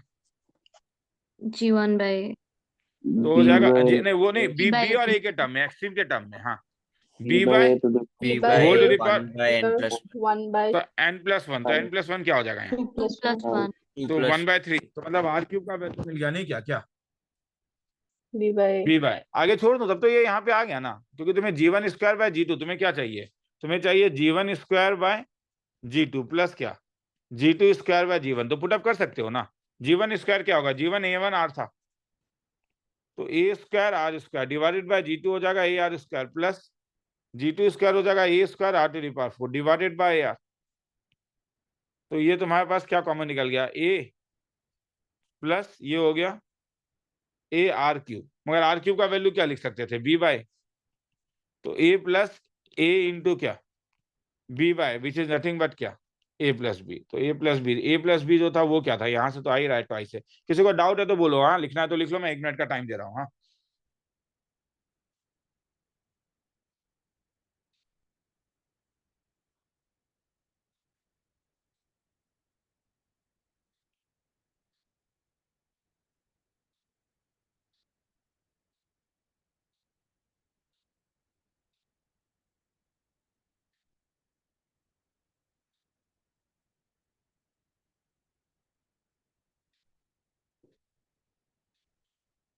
देखो हायर लेवल सब में ना एक रिजल्ट है। हाँ ये रिजल्ट मैंने क्लास में नहीं दिया था, ठीक है, ये रिवीजन क्लास में दे रहा हूं मैं तुम लोगों को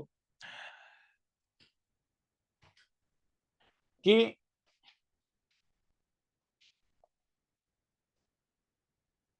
सर हाँ बोल। सर डिस्कनेक्ट हो गया था, फिर से समझा देंगे ये क्वेश्चन। ये क्या? G1 G2 2 ज्योमेट्रिकल मीन, ए अरिथमेटिक मीन है, तो G1 AR हो गया, G2 AR स्क्वायर हो गया, ठीक है। हाँ तो क्या बोलते हैं तुम्हारे पास आर का वैल्यू, तुम्हारे पास इससे आर का वैल्यू निकाल ले, एक बार देख लेना, ठीक है, एक बार देख लेना, समझ में आ जाएगा। ये कोई बहुत बड़ा सम नहीं है, समझ में आ रहा है, डायरेक्टली हो जाएगा यहाँ पे। हाँ चलो मैं आगे निकलूं, ठीक है। देखो एक हमारे पास एपी में, एपी और जीपी का एक इंटरेस्टिंग प्रॉपर्टी है। A1 A2 A3 A4 A5 A6 A7 A8। हाँ कोई भी टर्म पकड़ लो, जैसे तुमने A5 को पकड़ लिया, हाँ A5 से दो की दूरी में A8 है, और यहां से 2 की दूरी में कौन सा टर्म है बोलोगे? A2 A2। ये 3 टर्म एपी फॉर्म करेगा,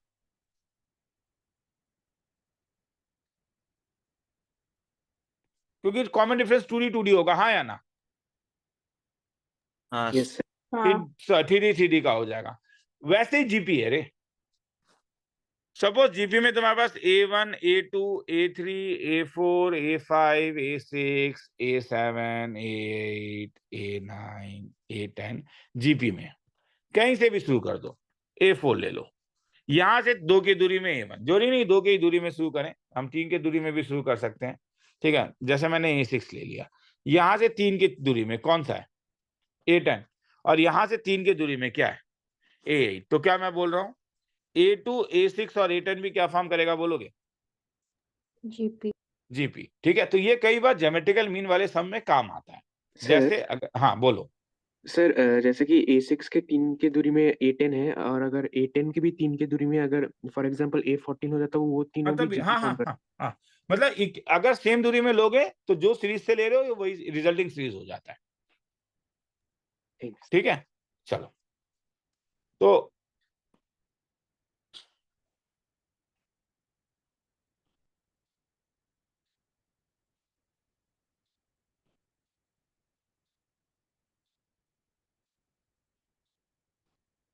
ये सम भर के देखो।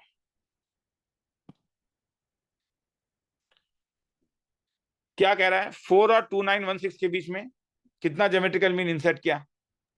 2n plus 1. 2n twice plus n plus 1, तो 4 हो गया, फिर G1 हो गया, फिर G2 हो गया, एकदम लास्ट वाला G ऑफ 2n plus 1 हो गया, और फिर क्या आ गया? 2916 आ गया। ठीक है, तुम्हें कौन सा टर्म चाहिए? n n plus 1. plus 1. तो यहाँ पे Gn plus 1 होगा, यहाँ पे Gn plus 2 होगा, यहाँ पे Gn। यहां से लेके यहां तक कितने टर्म्स हैं? n terms. n टर्म्स है। यहां से लेके यहां तक कितने टर्म्स हैं? किसी को N डाउट होगा minus- तो पूछोगे। -1 N टू minus क्या हो गया? दोनों का माइनस करोगे तो कितना आया? n minus one. n n minus minus 2n 1. plus 1 minus n plus 2, मगर दोनों इंक्लूडेड है, एक +1 होगा या नहीं? क्या ये हाँ। चीज आप भूलोगे कभी? नहीं भूलोगे ना ये चीज? हाँ समझ में आ रहा है मैं क्या कह रहा हूँ? अब मुझे बोलोगे कितना आया तब? n terms. N n। terms. तो क्या कोई थ्योरी लग सकता है? Gn plus 1 दोनों का मीन है। हाँ, ये जीपी में होगा। आया समझ में? 4 ये कॉपी में तुम लोगों का नहीं होगा। हाँ, 2916 इन किस में हो गया बोलोगे? जीपी। मतलब कोई नया चीज नहीं है, मगर अब ये एक शॉर्टकट की तरह हो जाता है, वरना एनएट मीन निकालना था। 4 इंटू क्या हो जाएगा? 2916। किसी को लिखना है तो लिख लो। ठीक है, Gn इज इक्वल टू 108। ठीक है, आगे चलेंगे। ठीक है, लिखना है तो लिख लो इसको।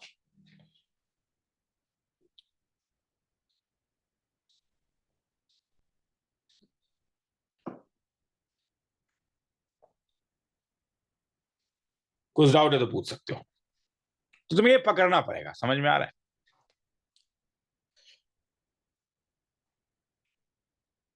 Sir, gn या gn plus 1? Gn plus 1 fine, n plus first dim ना, वही होना पड़ेगा ना। Gn plus 1 ही होना पड़ेगा ना। और नहीं, ये sir, ये एकदम लास्ट, वो last मैंने में लास्ट आपने में करा, कहा। वो गलत है। सॉरी, आगे चलूं मैं? एक sir. देखो मैं सम्स तो लेके आया था, मगर कुछ सम्स को मैं छोड़ूंगा अभी। हाँ, क्योंकि मुझे खत्म करना है वहां तक। हाँ, एज यूजुअल। हाँ, तो मैं डायरेक्टली अब हार्मोनिक प्रोग्रेशन में जाऊंगा।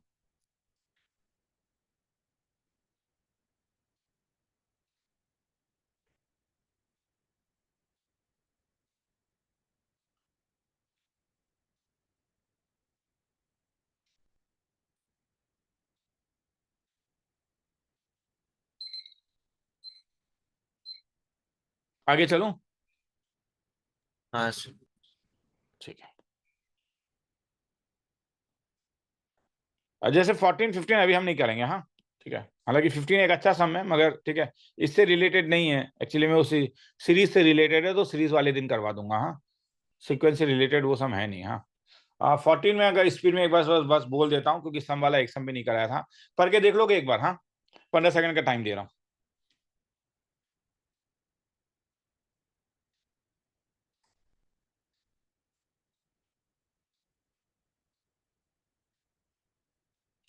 ये तो बोर्ड लेवल का सम है रे। A51 दिया हुआ है, मतलब क्या दिया हुआ है? A r⁻50 दिया हुआ है। कितना? 25। छोड़, 20. आगे क्या दिया हुआ है? इसका मतलब तो समझ में आ रहा है ना? A1 A2 से लेके कहां तक दिया हुआ है? 101 तो ये तो फॉर्मूला लिख सकते हो। A प्लस क्या? AR से लेके कहां तक? AR⁻100 इज इक्वल टू कितना? 125।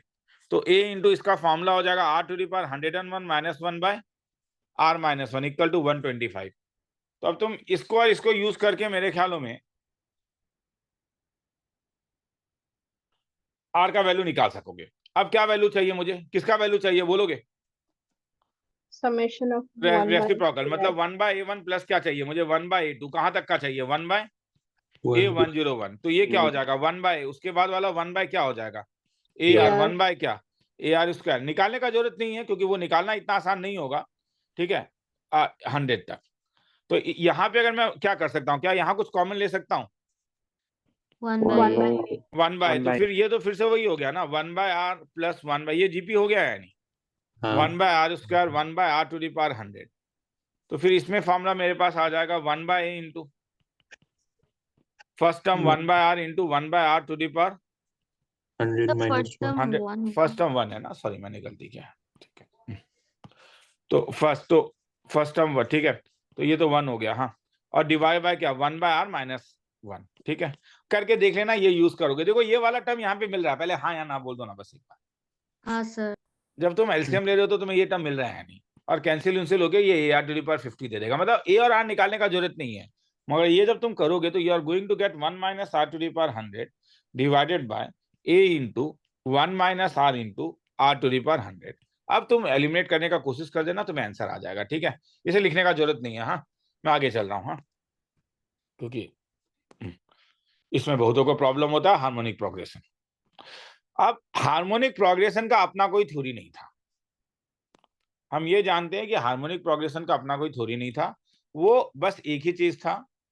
पहला चीज, no term of HP can be 0, क्योंकि रेसिप्रोकल कर रहे हो। अगर एबीसी एचपी में था तो 1/1/b, तो तुम लोग कॉपी में ये लिख लो, एबीसी अगर एचपी में था तो तुम्हें ये मालूम है 1/1/b 1/c एपी में था। और कंडीशन तब आता है 2/b is equal to 1/a plus 1/c, मतलब b का वैल्यू हो जाता है ट्वाइस ac/a+c। ठीक है, किसी को लिखना है तो, और कोई जरूरत नहीं है। बाकी जितने भी सम्स है एचपी है, ये सब चीज का कोई याद रखने का जरूरत नहीं है। एचपी है change in AP, change in corresponding AP. किसी को लिखना है तो लिख लो, मैं 1 मिनट का टाइम दे रहा हूँ। ज्यादा देर तक झुकना मेरे गले के लिए खराब है, तो 1 मिनट का टाइम मैं इसलिए भी देता हूँ ताकि मैं थोड़ा सा घूम पाऊँ।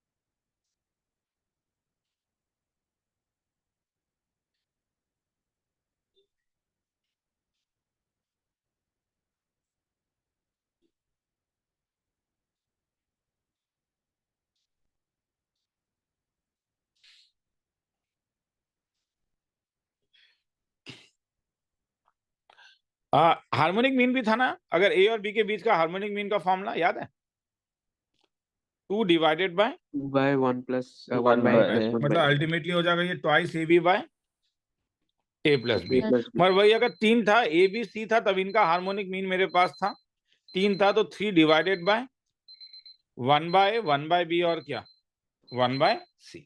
लिखना है तो लिख लो।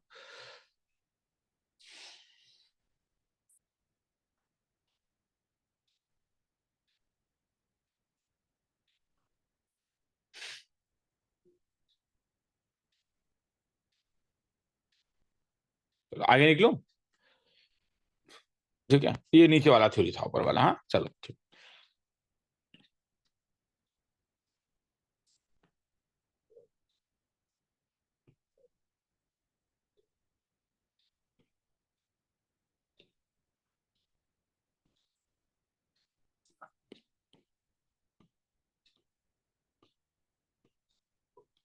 चलो ये सम करके देखते हैं, कुछ दिमाग में आएगा, कोई बोलेगा the roots are in HP, मुझे के का वैल्यू निकालना है। तो मैंने क्या बोला, भैया एचपी मुझे पसंद नहीं है, एक्स को 1/t डालो, क्या फायदा हो जाएगा तब, ये टर्म कैसा हो जाएगा 28/t³ माइनस 38k/t² प्लस, समझ में आ रहा है मैं क्यों कर रहा हूं ये काम? हाँ सर। क्योंकि अगर इसके 3 roots alpha beta gamma HP में हैं, तो रेसिप्रोकल लेने से ये फायदा हो जाता है कि t³ minus 12t² plus 13kt minus 28 equal to 0 के जो रूट्स होंगे वो 1/अल्फा 1/बीटा और क्या 1/गामा किस में आ जाएगा, एपी। अब इसके रूट्स एपी में है। क्या आज हमने ऐसा सम किया है? Yes sir. हाँ सर। हाँ, क्या करते थे, हाँ सर। एक को a माइनस डी ले लेते, एक को a और एक को ए a प्लस डी, और याद करेंगे कि कौन सा थ्योरम, विकास थ्योरम। छोड़ दूं? ठीक है, किसी को लिखने का मन है लिख लो, फिर आगे चलूंगा। छोटा सा सम था, 45 सेकंड का टाइम ले रहा हूं, इंटरेस्टेड नहीं हूं, निकाल के देख सकते हो।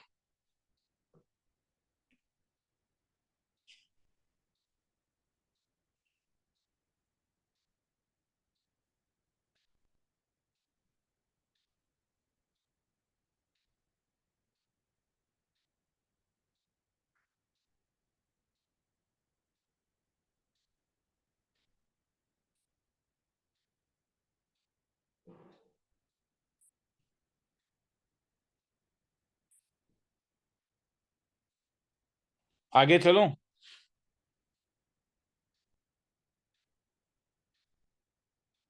हाँ सर।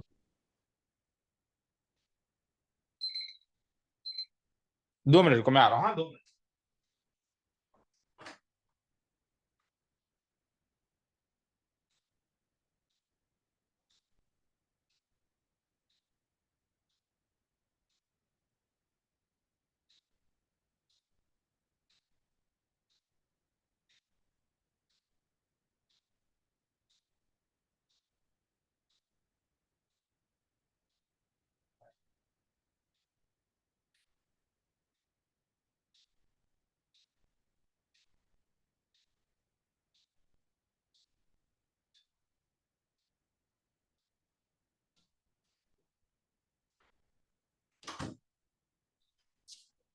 आगे निकलो।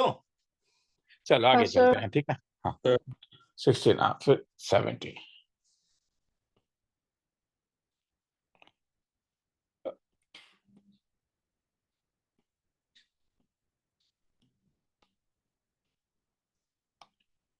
पढ़ के देखोगे? Twice a square b square this thing HP में इससे एक रिलेशन आएगा और फिर उसके बाद मुझे ये बताना है, ठीक है।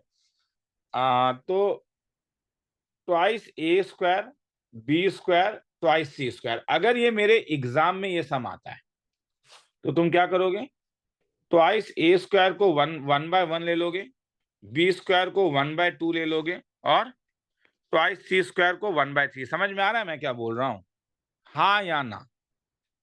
हाँ सर। हाँ और सर। ऑप्शन में डाल के देख लोगे कौन सा आंसर सही है, वो बच्चा ज्यादा बुद्धिमान है। आया समझ में? यस ठीक सर। है। और अगर तुम्हें थ्योरेटिकली निकालना है तो इसका मतलब है 2a स्क्वायर बी स्क्वायर और 2c स्क्वायर एचपी में है, मतलब 1/2a square 1/b square 1/2c square AP में होगा। और इसका कंडीशन आ गया 2/b square equal to 1/2a square plus 1/2c square. और यहां से मेरे पास तब आ गया 1/b square equal to 1/a square 4, sorry, ठीक है। यहां से मेरे पास आ गया तुम्हारे पास 2/b square equal to a square plus c square divide by 2a square into c square. This implies 4a square c square equal to, ऐसा एक सम करवा देता हूं, b square into c square, तब मुझे देने में खराब नहीं लगेगा। चलो यहां तक मुझे पता चल गया। अब मुझे क्या चाहिए?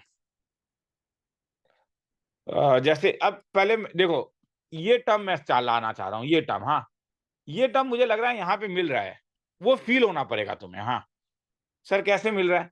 क्या इसमें से कुछ कॉमन लिया जा सकता है? सबका पावर 2 है ना। हाँ सर। तो ये सब देखो, ये सब प्रैक्टिस करने से होगा। ए square b square c square अगर मैं कॉमन ले लूं तो स्क्वायर स्क्वायर कैंसिल हो रहा है, मुझे सिंगल पावर चाहिए था। अगर मैं एबीसी कॉमन ले लूं तो क्या मिलेगा? एबीसी कॉमन ले लूंगा तो ये हो जाएगा AB/C प्लस क्या? B/C। और ये केवल प्रैक्टिस से होगा रे। क्या ये टर्म तुम्हें यहां मिला?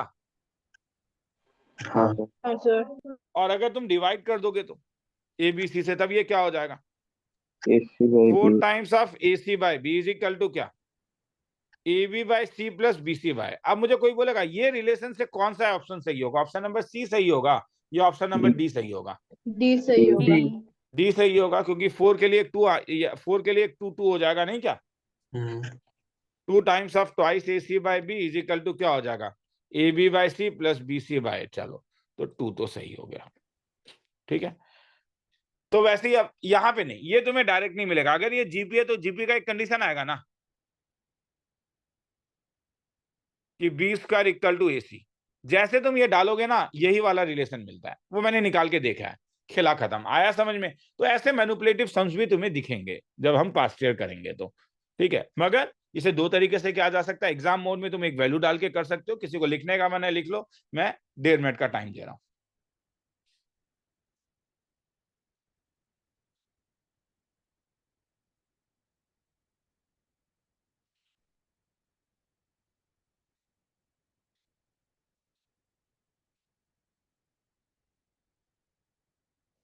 सर हाँ बोल।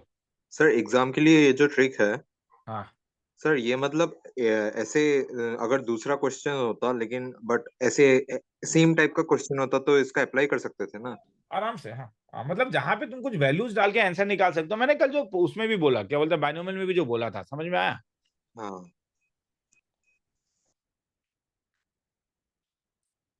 आगे चलूं? हाँ सर। हाँ सर। ठीक है।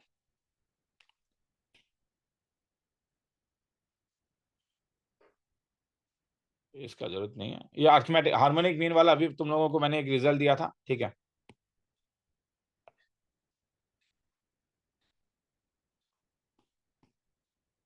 ये वाला रिजल्ट अभी दे दिया गया था, समझ में आया? एन हार्मोनिक मीन ये होता है। तो अभी धीरे धीरे हम लोग इनइक्वालिटी में आएंगे, हो सकता है इनइक्वालिटी आज हो पाए नहीं हो पाए, देख लेते हैं एक बार। हाँ, अब इंसर्शन ऑफ हार्मोनिक मीन, याद रखो फिर से, इंसर्शन ऑफ हार्मोनिक मीन का कोई अपना रिजल्ट नहीं है।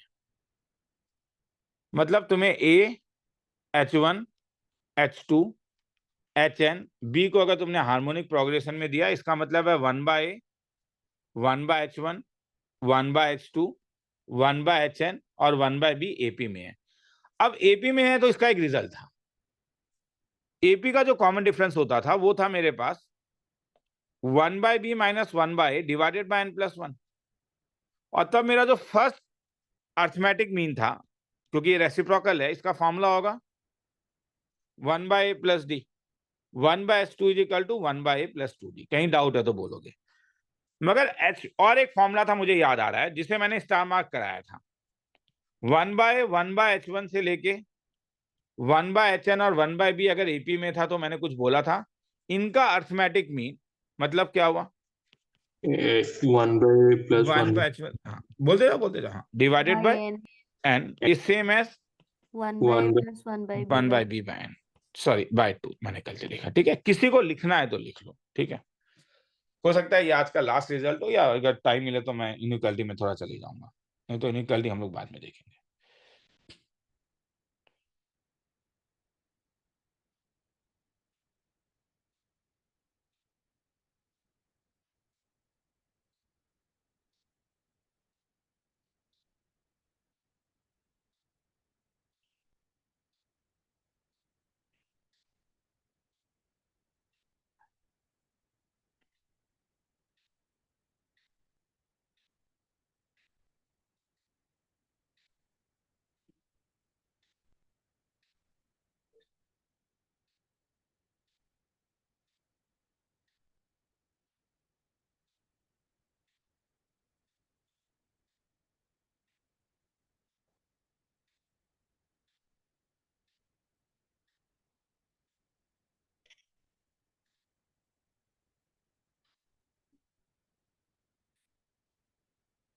आगे चलूं मैं? हाँ sir.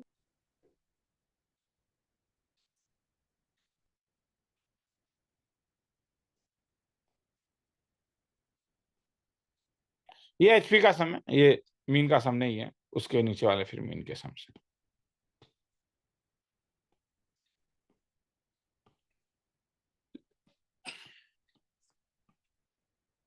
Find the largest positive term of HP whose first two terms are 2/5 and 2/23। मुझे क्या चाहिए? Largest positive term. तो भैया एचपी का अपना कोई थ्योरी नहीं है, क्या करोगे तब? इसे 5/2 कर देना, इसे क्या कर देना 23/12। तो अब यहाँ पे थर्ड टर्म आएगा, यहाँ पे फोर्थ टर्म आएगा, मगर ये टर्म किस में होगा? एपी में। क्या ये डिक्रीजिंग टर्म, डिक्रीजिंग एपी है? जरा देखें तो 12 5 या 60। हाँ, तो एक टाइम के बाद देखो ये नेगेटिव आ जाएगा, आएगा या नहीं? हाँ सर। तो इसीलिए वही, जब अगर लार्जेस्ट पूछ रहा है, लार्जेस्ट पॉजिटिव टर्म, तो इसका मतलब क्या होना पड़ेगा? नेगेटिव से जस्ट पहले वाला टर्म, क्योंकि तुम उसका रेसिप्रोकल लोगे नहीं क्या? तो तुम्हें यहाँ पे लास्ट पॉजिटिव टर्म निकालना है। तो लास्ट पॉजिटिव टर्म मतलब पहले ये निकाल लेते हैं, suppose an last positive term है, तो an 0 से बड़ा, तो an का वैल्यू होगा 5/2 plus n-1 into common difference. ये दो फर्स्ट दो टर्म है, तो कॉमन डिफरेंस तुम्हारे पास हो जाएगा 23/12 minus 5/2 must be greater then 0, ठीक है? Is it okay? छोड़ दूं यहां से? तो यहां से एक n का वैल्यू निकल जाएगा, हाँ या ना? जब तुम सॉल्व करोगे तो तुम्हारे कुछ ऐसा निकलेगा, बस ऐसे ही लिख रहा हूं रे, n इक्वल टू 5.6। तो n इक्वल टू 5/6, इसका मतलब क्या हो गया, A5 जो होगा वो लास्ट पॉजिटिव टर्म होगा, नहीं क्या? हाँ तो रेसिप्रोकल करोगे तो चीज, इसका मतलब ये स्मॉलेस्ट पॉजिटिव टर्म है या नहीं? हाँ सर। और यस जब सर। तुम रेसिप्रोकल कर रहे होगे तब यही वाला तब क्या हो जाएगा, क्योंकि लार्जेस्ट पॉजिटिव टर्म, क्योंकि तुम जब स्मॉलेस्ट का रेसिप्रोकल लार्जेस्ट होगा। क्लियर है? तो आंसर निकाल के देख लेना, आंसर आ जाएगा। ठीक है, मैं इंटरेस्टेड नहीं हूँ, वो तुम लोग करके देख सकते हो। ठीक है, तो लिखना है तो लिख सकते हो ये चीज को। ठीक है, क्यों लार्जेस्ट आया, कॉन्सेप्ट समझ में आ रहा है? लार्जेस्ट पॉजिटिव टर्म इसलिए आया क्योंकि एपी में तुम्हें स्मॉलेस्ट पॉजिटिव टर्म मिलेगा, और जब तुम रेसिप्रोकल कर रहे हो तो चीज बड़ा होगा।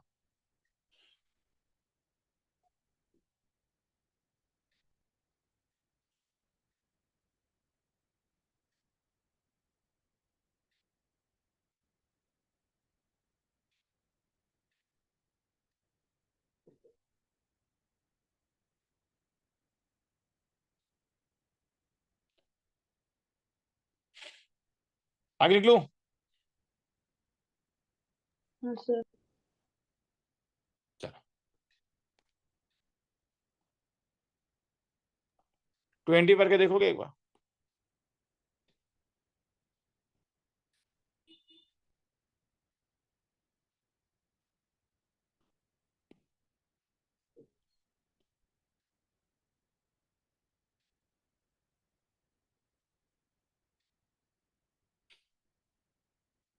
तो क्या ये यहां पे बस मैं ये कहूंगा AXYZB किसमें है? एपी में। और इंफॉर्मेशन किसका दिया हुआ है? XYZ। क्या तुम्हें इसमें और इसमें भी कोई रिलेशन मालूम है? हाँ सर, सम क्या? Of arithmetic x plus mean y plus x z by plus 2 y plus z by 3 is equal to क्या? Equal to a a plus plus b b by by 2। ठीक है, अब और देखते हैं क्या बोल रहा है। AXYZ और B किसमें है? HP में। तो क्या इसमें कोई रिजल्ट मालूम है? 1 by x plus 1 by अब y यहाँ plus पे 1/x प्लस 1/y, मतलब या मैं अर्थमेटिक मीन बोल दूं, तो हार्मोनिक मीन अगर बोल दूं तो XYZ का हार्मोनिक मीन होगा 3 divided by 1 by x plus 1 1 by by x 1 by plus y 1 by plus y 1 plus by 1 z, by z। और A और B का हार्मोनिक मीन होगा 2 divided by 1 by a plus 1 by 1 b। by b। क्या x plus y plus z का value दिया हुआ है पहले वाले में? हाँ सर। तुम लोग को Yes, बोलना sir। होगा कितना दिया हुआ है? 15। 15। तो इसका मतलब 15/3 5, A प्लस B का वैल्यू हो जाएगा 15/3 5 to 10। और क्या 1/x 1/y 1/z का वैल्यू दिया हुआ है? 5/3। 5/3, तो ये 9/5 हो जाएगा। 9/5 is equal to twice AB by A plus b. तो यहाँ से AB का वैल्यू आ जाएगा, नहीं क्या? AB 9, AB 9 आ गया, A प्लस B 10 आ गया। छोड़ दो, निकाल लोगे या नहीं? हाँ सॉल्व करके सर। तो निकाल ही सकते हो। A का वैल्यू 1 होगा तो B का वैल्यू 9 होगा, A का Nine। वैल्यू 10 होगा तो B का वैल्यू 1 होगा। खेला खत्म। किसी को लिखने का मैंने आराम से लिखो, फिर थोड़ा सा आगे चलते हैं। ठीक है,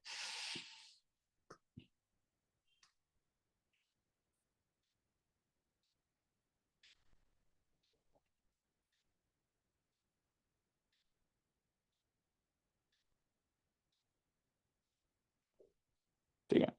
मैं 1 मिनट का टाइम दे रहा हूँ, थोड़ा सा मूवमेंट करके आ रहा हूँ। तुम लोग लिखो इसे। हाँ, तो गले के लिए वरना फिर कहीं होने लगेगा।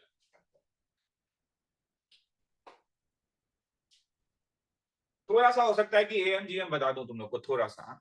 कुछ डाउट होने से बोल सकते हो। जब तुम लोग, मैं जब 1 मिनट का टाइम देता हूँ, मैं रूम के अंदर ही हूँ। हाँ, बस घूम रहा हूँ। तो कोई डाउट होने से मुझसे बोल सकते हो, सर ये समझ में नहीं आया, ये नहीं आया।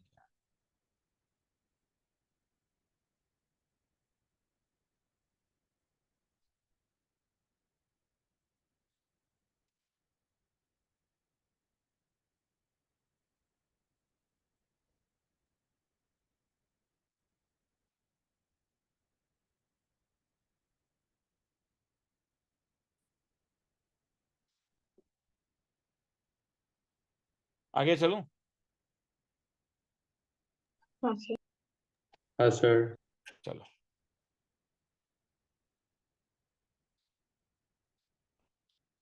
यार कभी कभी कुछ ट्रिक्स हैं। हाँ, और ट्रिक्स सीखेंगे जब हम लोग करेंगे। कुछ सम्स मैं बता दूंगा, फिर वो चीज को तुम भी करोगे। ठीक है, दो चीज होता है मैथ्स में। एक चीज होता है कि हाँ, हमें इनोवेटिव भी होना है, मगर हम जिस एग्जाम का तैयारी कर रहे हैं यहाँ पे रिपीटेशन भी बहुत इंपॉर्टेंट है, ताकि एग्जामिनेशन में हमारी स्पीड में दिमाग में ज्यादा है, ताकि हम ज्यादा सम्स को कर पाए। Consider 3 sequence. क्या दिखने से लग रहा है कि ये इंसर्शन ऑफ AM है? हाँ सर। ये है इंसर्शन ऑफ जीएम जीपी और ये है इंसर्शन ऑफ हार्मोनिक में। ए बी जो है वो इसका रूट है, इसका मतलब मुझे दो वैल्यू मिल रहा है। ए प्लस बी का वैल्यू मिल रहा है मुझे पी प्लस 1 और ए बी का वैल्यू क्या मिल रहा है 16। ठीक है, मुझे ये सिंबल का मतलब प्रोडक्ट था, तो क्या क्या निकालने बोल रहा है। आर का वैल्यू 1 दूं तो क्या मिलेगा मुझे A1 के साथ ए। ठीक है, तो एक काम करते हैं, एक एक करके निकालते हैं। ए आर क्या हो जाएगा तब, ए आर तो हम लोग डायरेक्टली लिख सकते हैं मेरे ख्याल में, ए प्लस आर डी, नहीं क्या। हाँ सर। तो ए प्लस आर डी का वैल्यू मेरे पास था B minus B C minus plus C C plus plus 1. Total N. Terms कितना 9, तो इसलिए ये हो जाएगा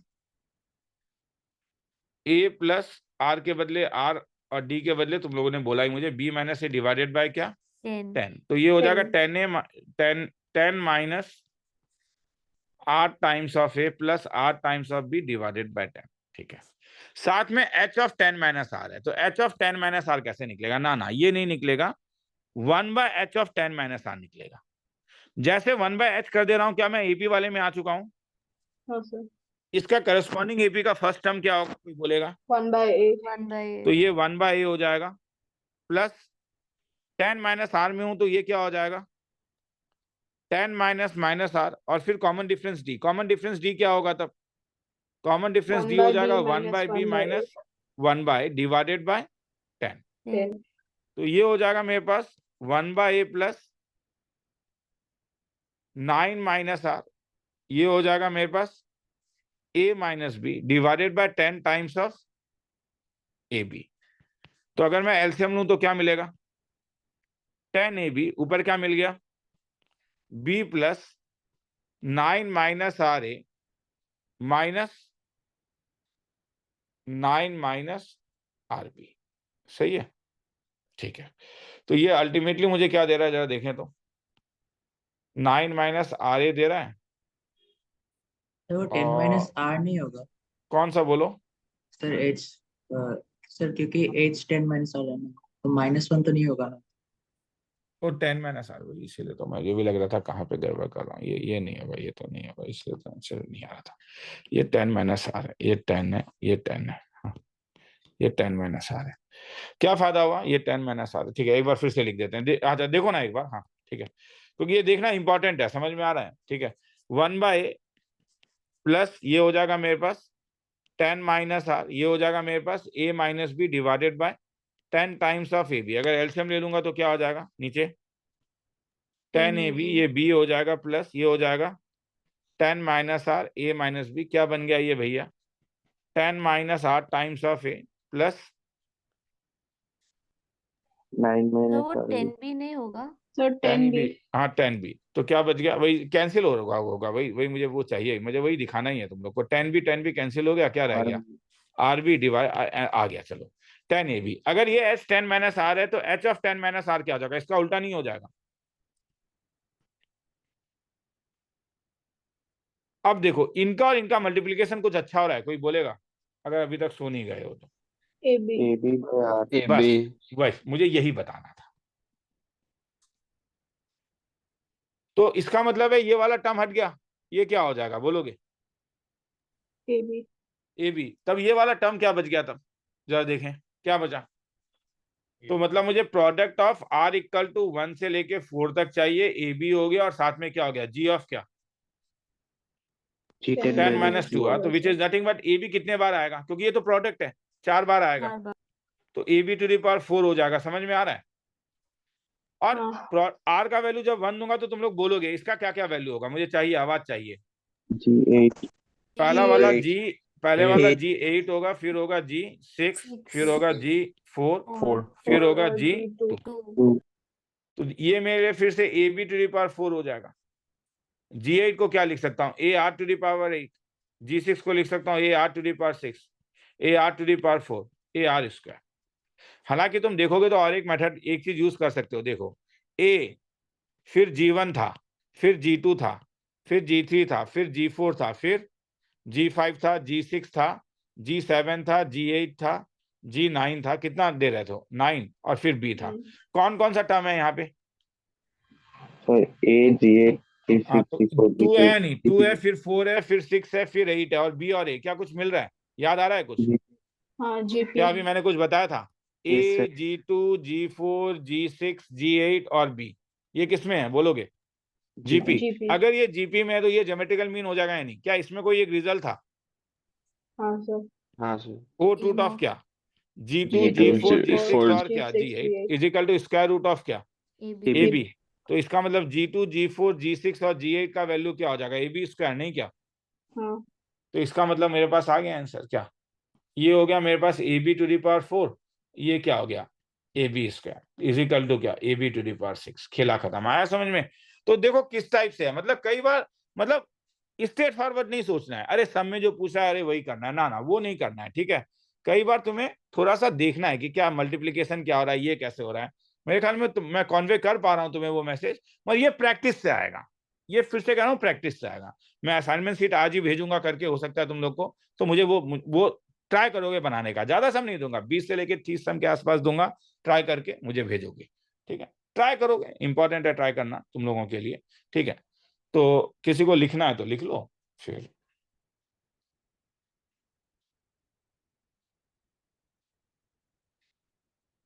डेढ़ मिनट का टाइम दे रहा हूं, और कहीं डाउट है तो पूछो।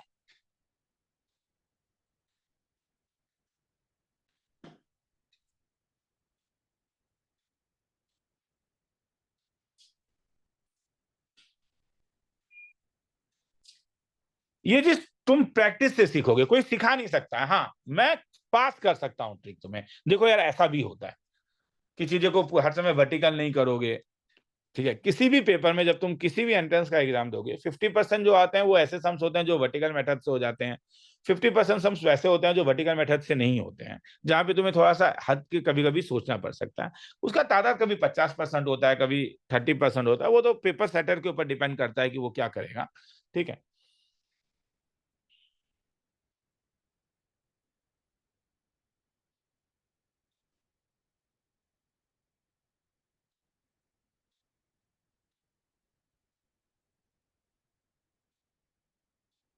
ठीक है,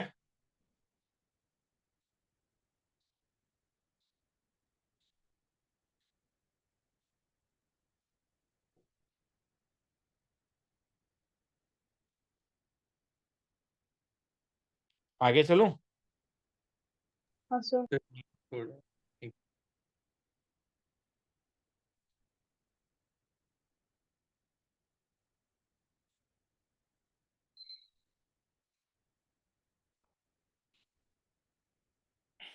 सर हो गया। ठीक है, तो हम लोगों ने ये भी देखा था कि अगर हम लोग ये एक रिजल्ट था, ठीक है, कि अगर ए और बी में हम लोग अर्थमेटिक मीन लगाते हैं a प्लस बी बाय 2, इसका नाम ए देता हूं। ज्योमेट्रिकल मीन लगाता हूं रूट ओवर ए बी, इसे जी देता हूं। हार्मोनिक मीन लगाता हूं तो I a b by a plus b, जिसे एच देता हूं। तो मेरे पास एक रिलेशन है g square equal to a h, ठीक है? ये फॉलो करता है। ये जो है ये रिलेशन अगर तुम्हें मालूम होगा तो ये क्वांटिटी मेरे नहीं कराने से भी हो जाएगा मेरे ख्याल में। ये अब ये वाला सम तुम लोग कर पाओगे। बस पढ़ के देख लो, ऊपर वाला प्रॉपर्टी लिख लो, ठीक है? ये सब मैं नहीं करा रहा हूँ, पढ़ के देखो, ठीक है? The arithmetic of two number axis geometrical mean by 2, तो इसका मतलब ए इज इक्वल टू क्या है? And geometrical mean axis harmonic mean, मतलब ज्योमेट्रिकल मीन जो है वो क्या है? एच प्लस कितना? 8/5। मगर तुम्हें मालूम है जी स्क्वायर का वैल्यू क्या है? ए है। छोड़ दूं आगे? हाँ सर ए के बदले लिख सकते थे जी प्लस 2, और एच के बदले लिख सकते हो जी माइनस क्या? 8/5। सॉल्व कर देना, आंसर आ जाएगा, ठीक है?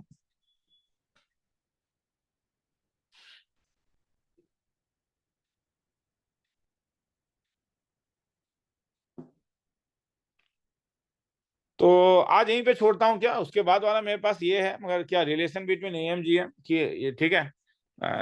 थोड़ा सा करवा देता हूँ, हाँ बस दो, ठीक है? जस्ट 2 लाइन लिखवा दे रहा हूँ, हाँ, ताकि मैं ये 2 सम्स तुम लोगों को दे पाऊँ, हाँ?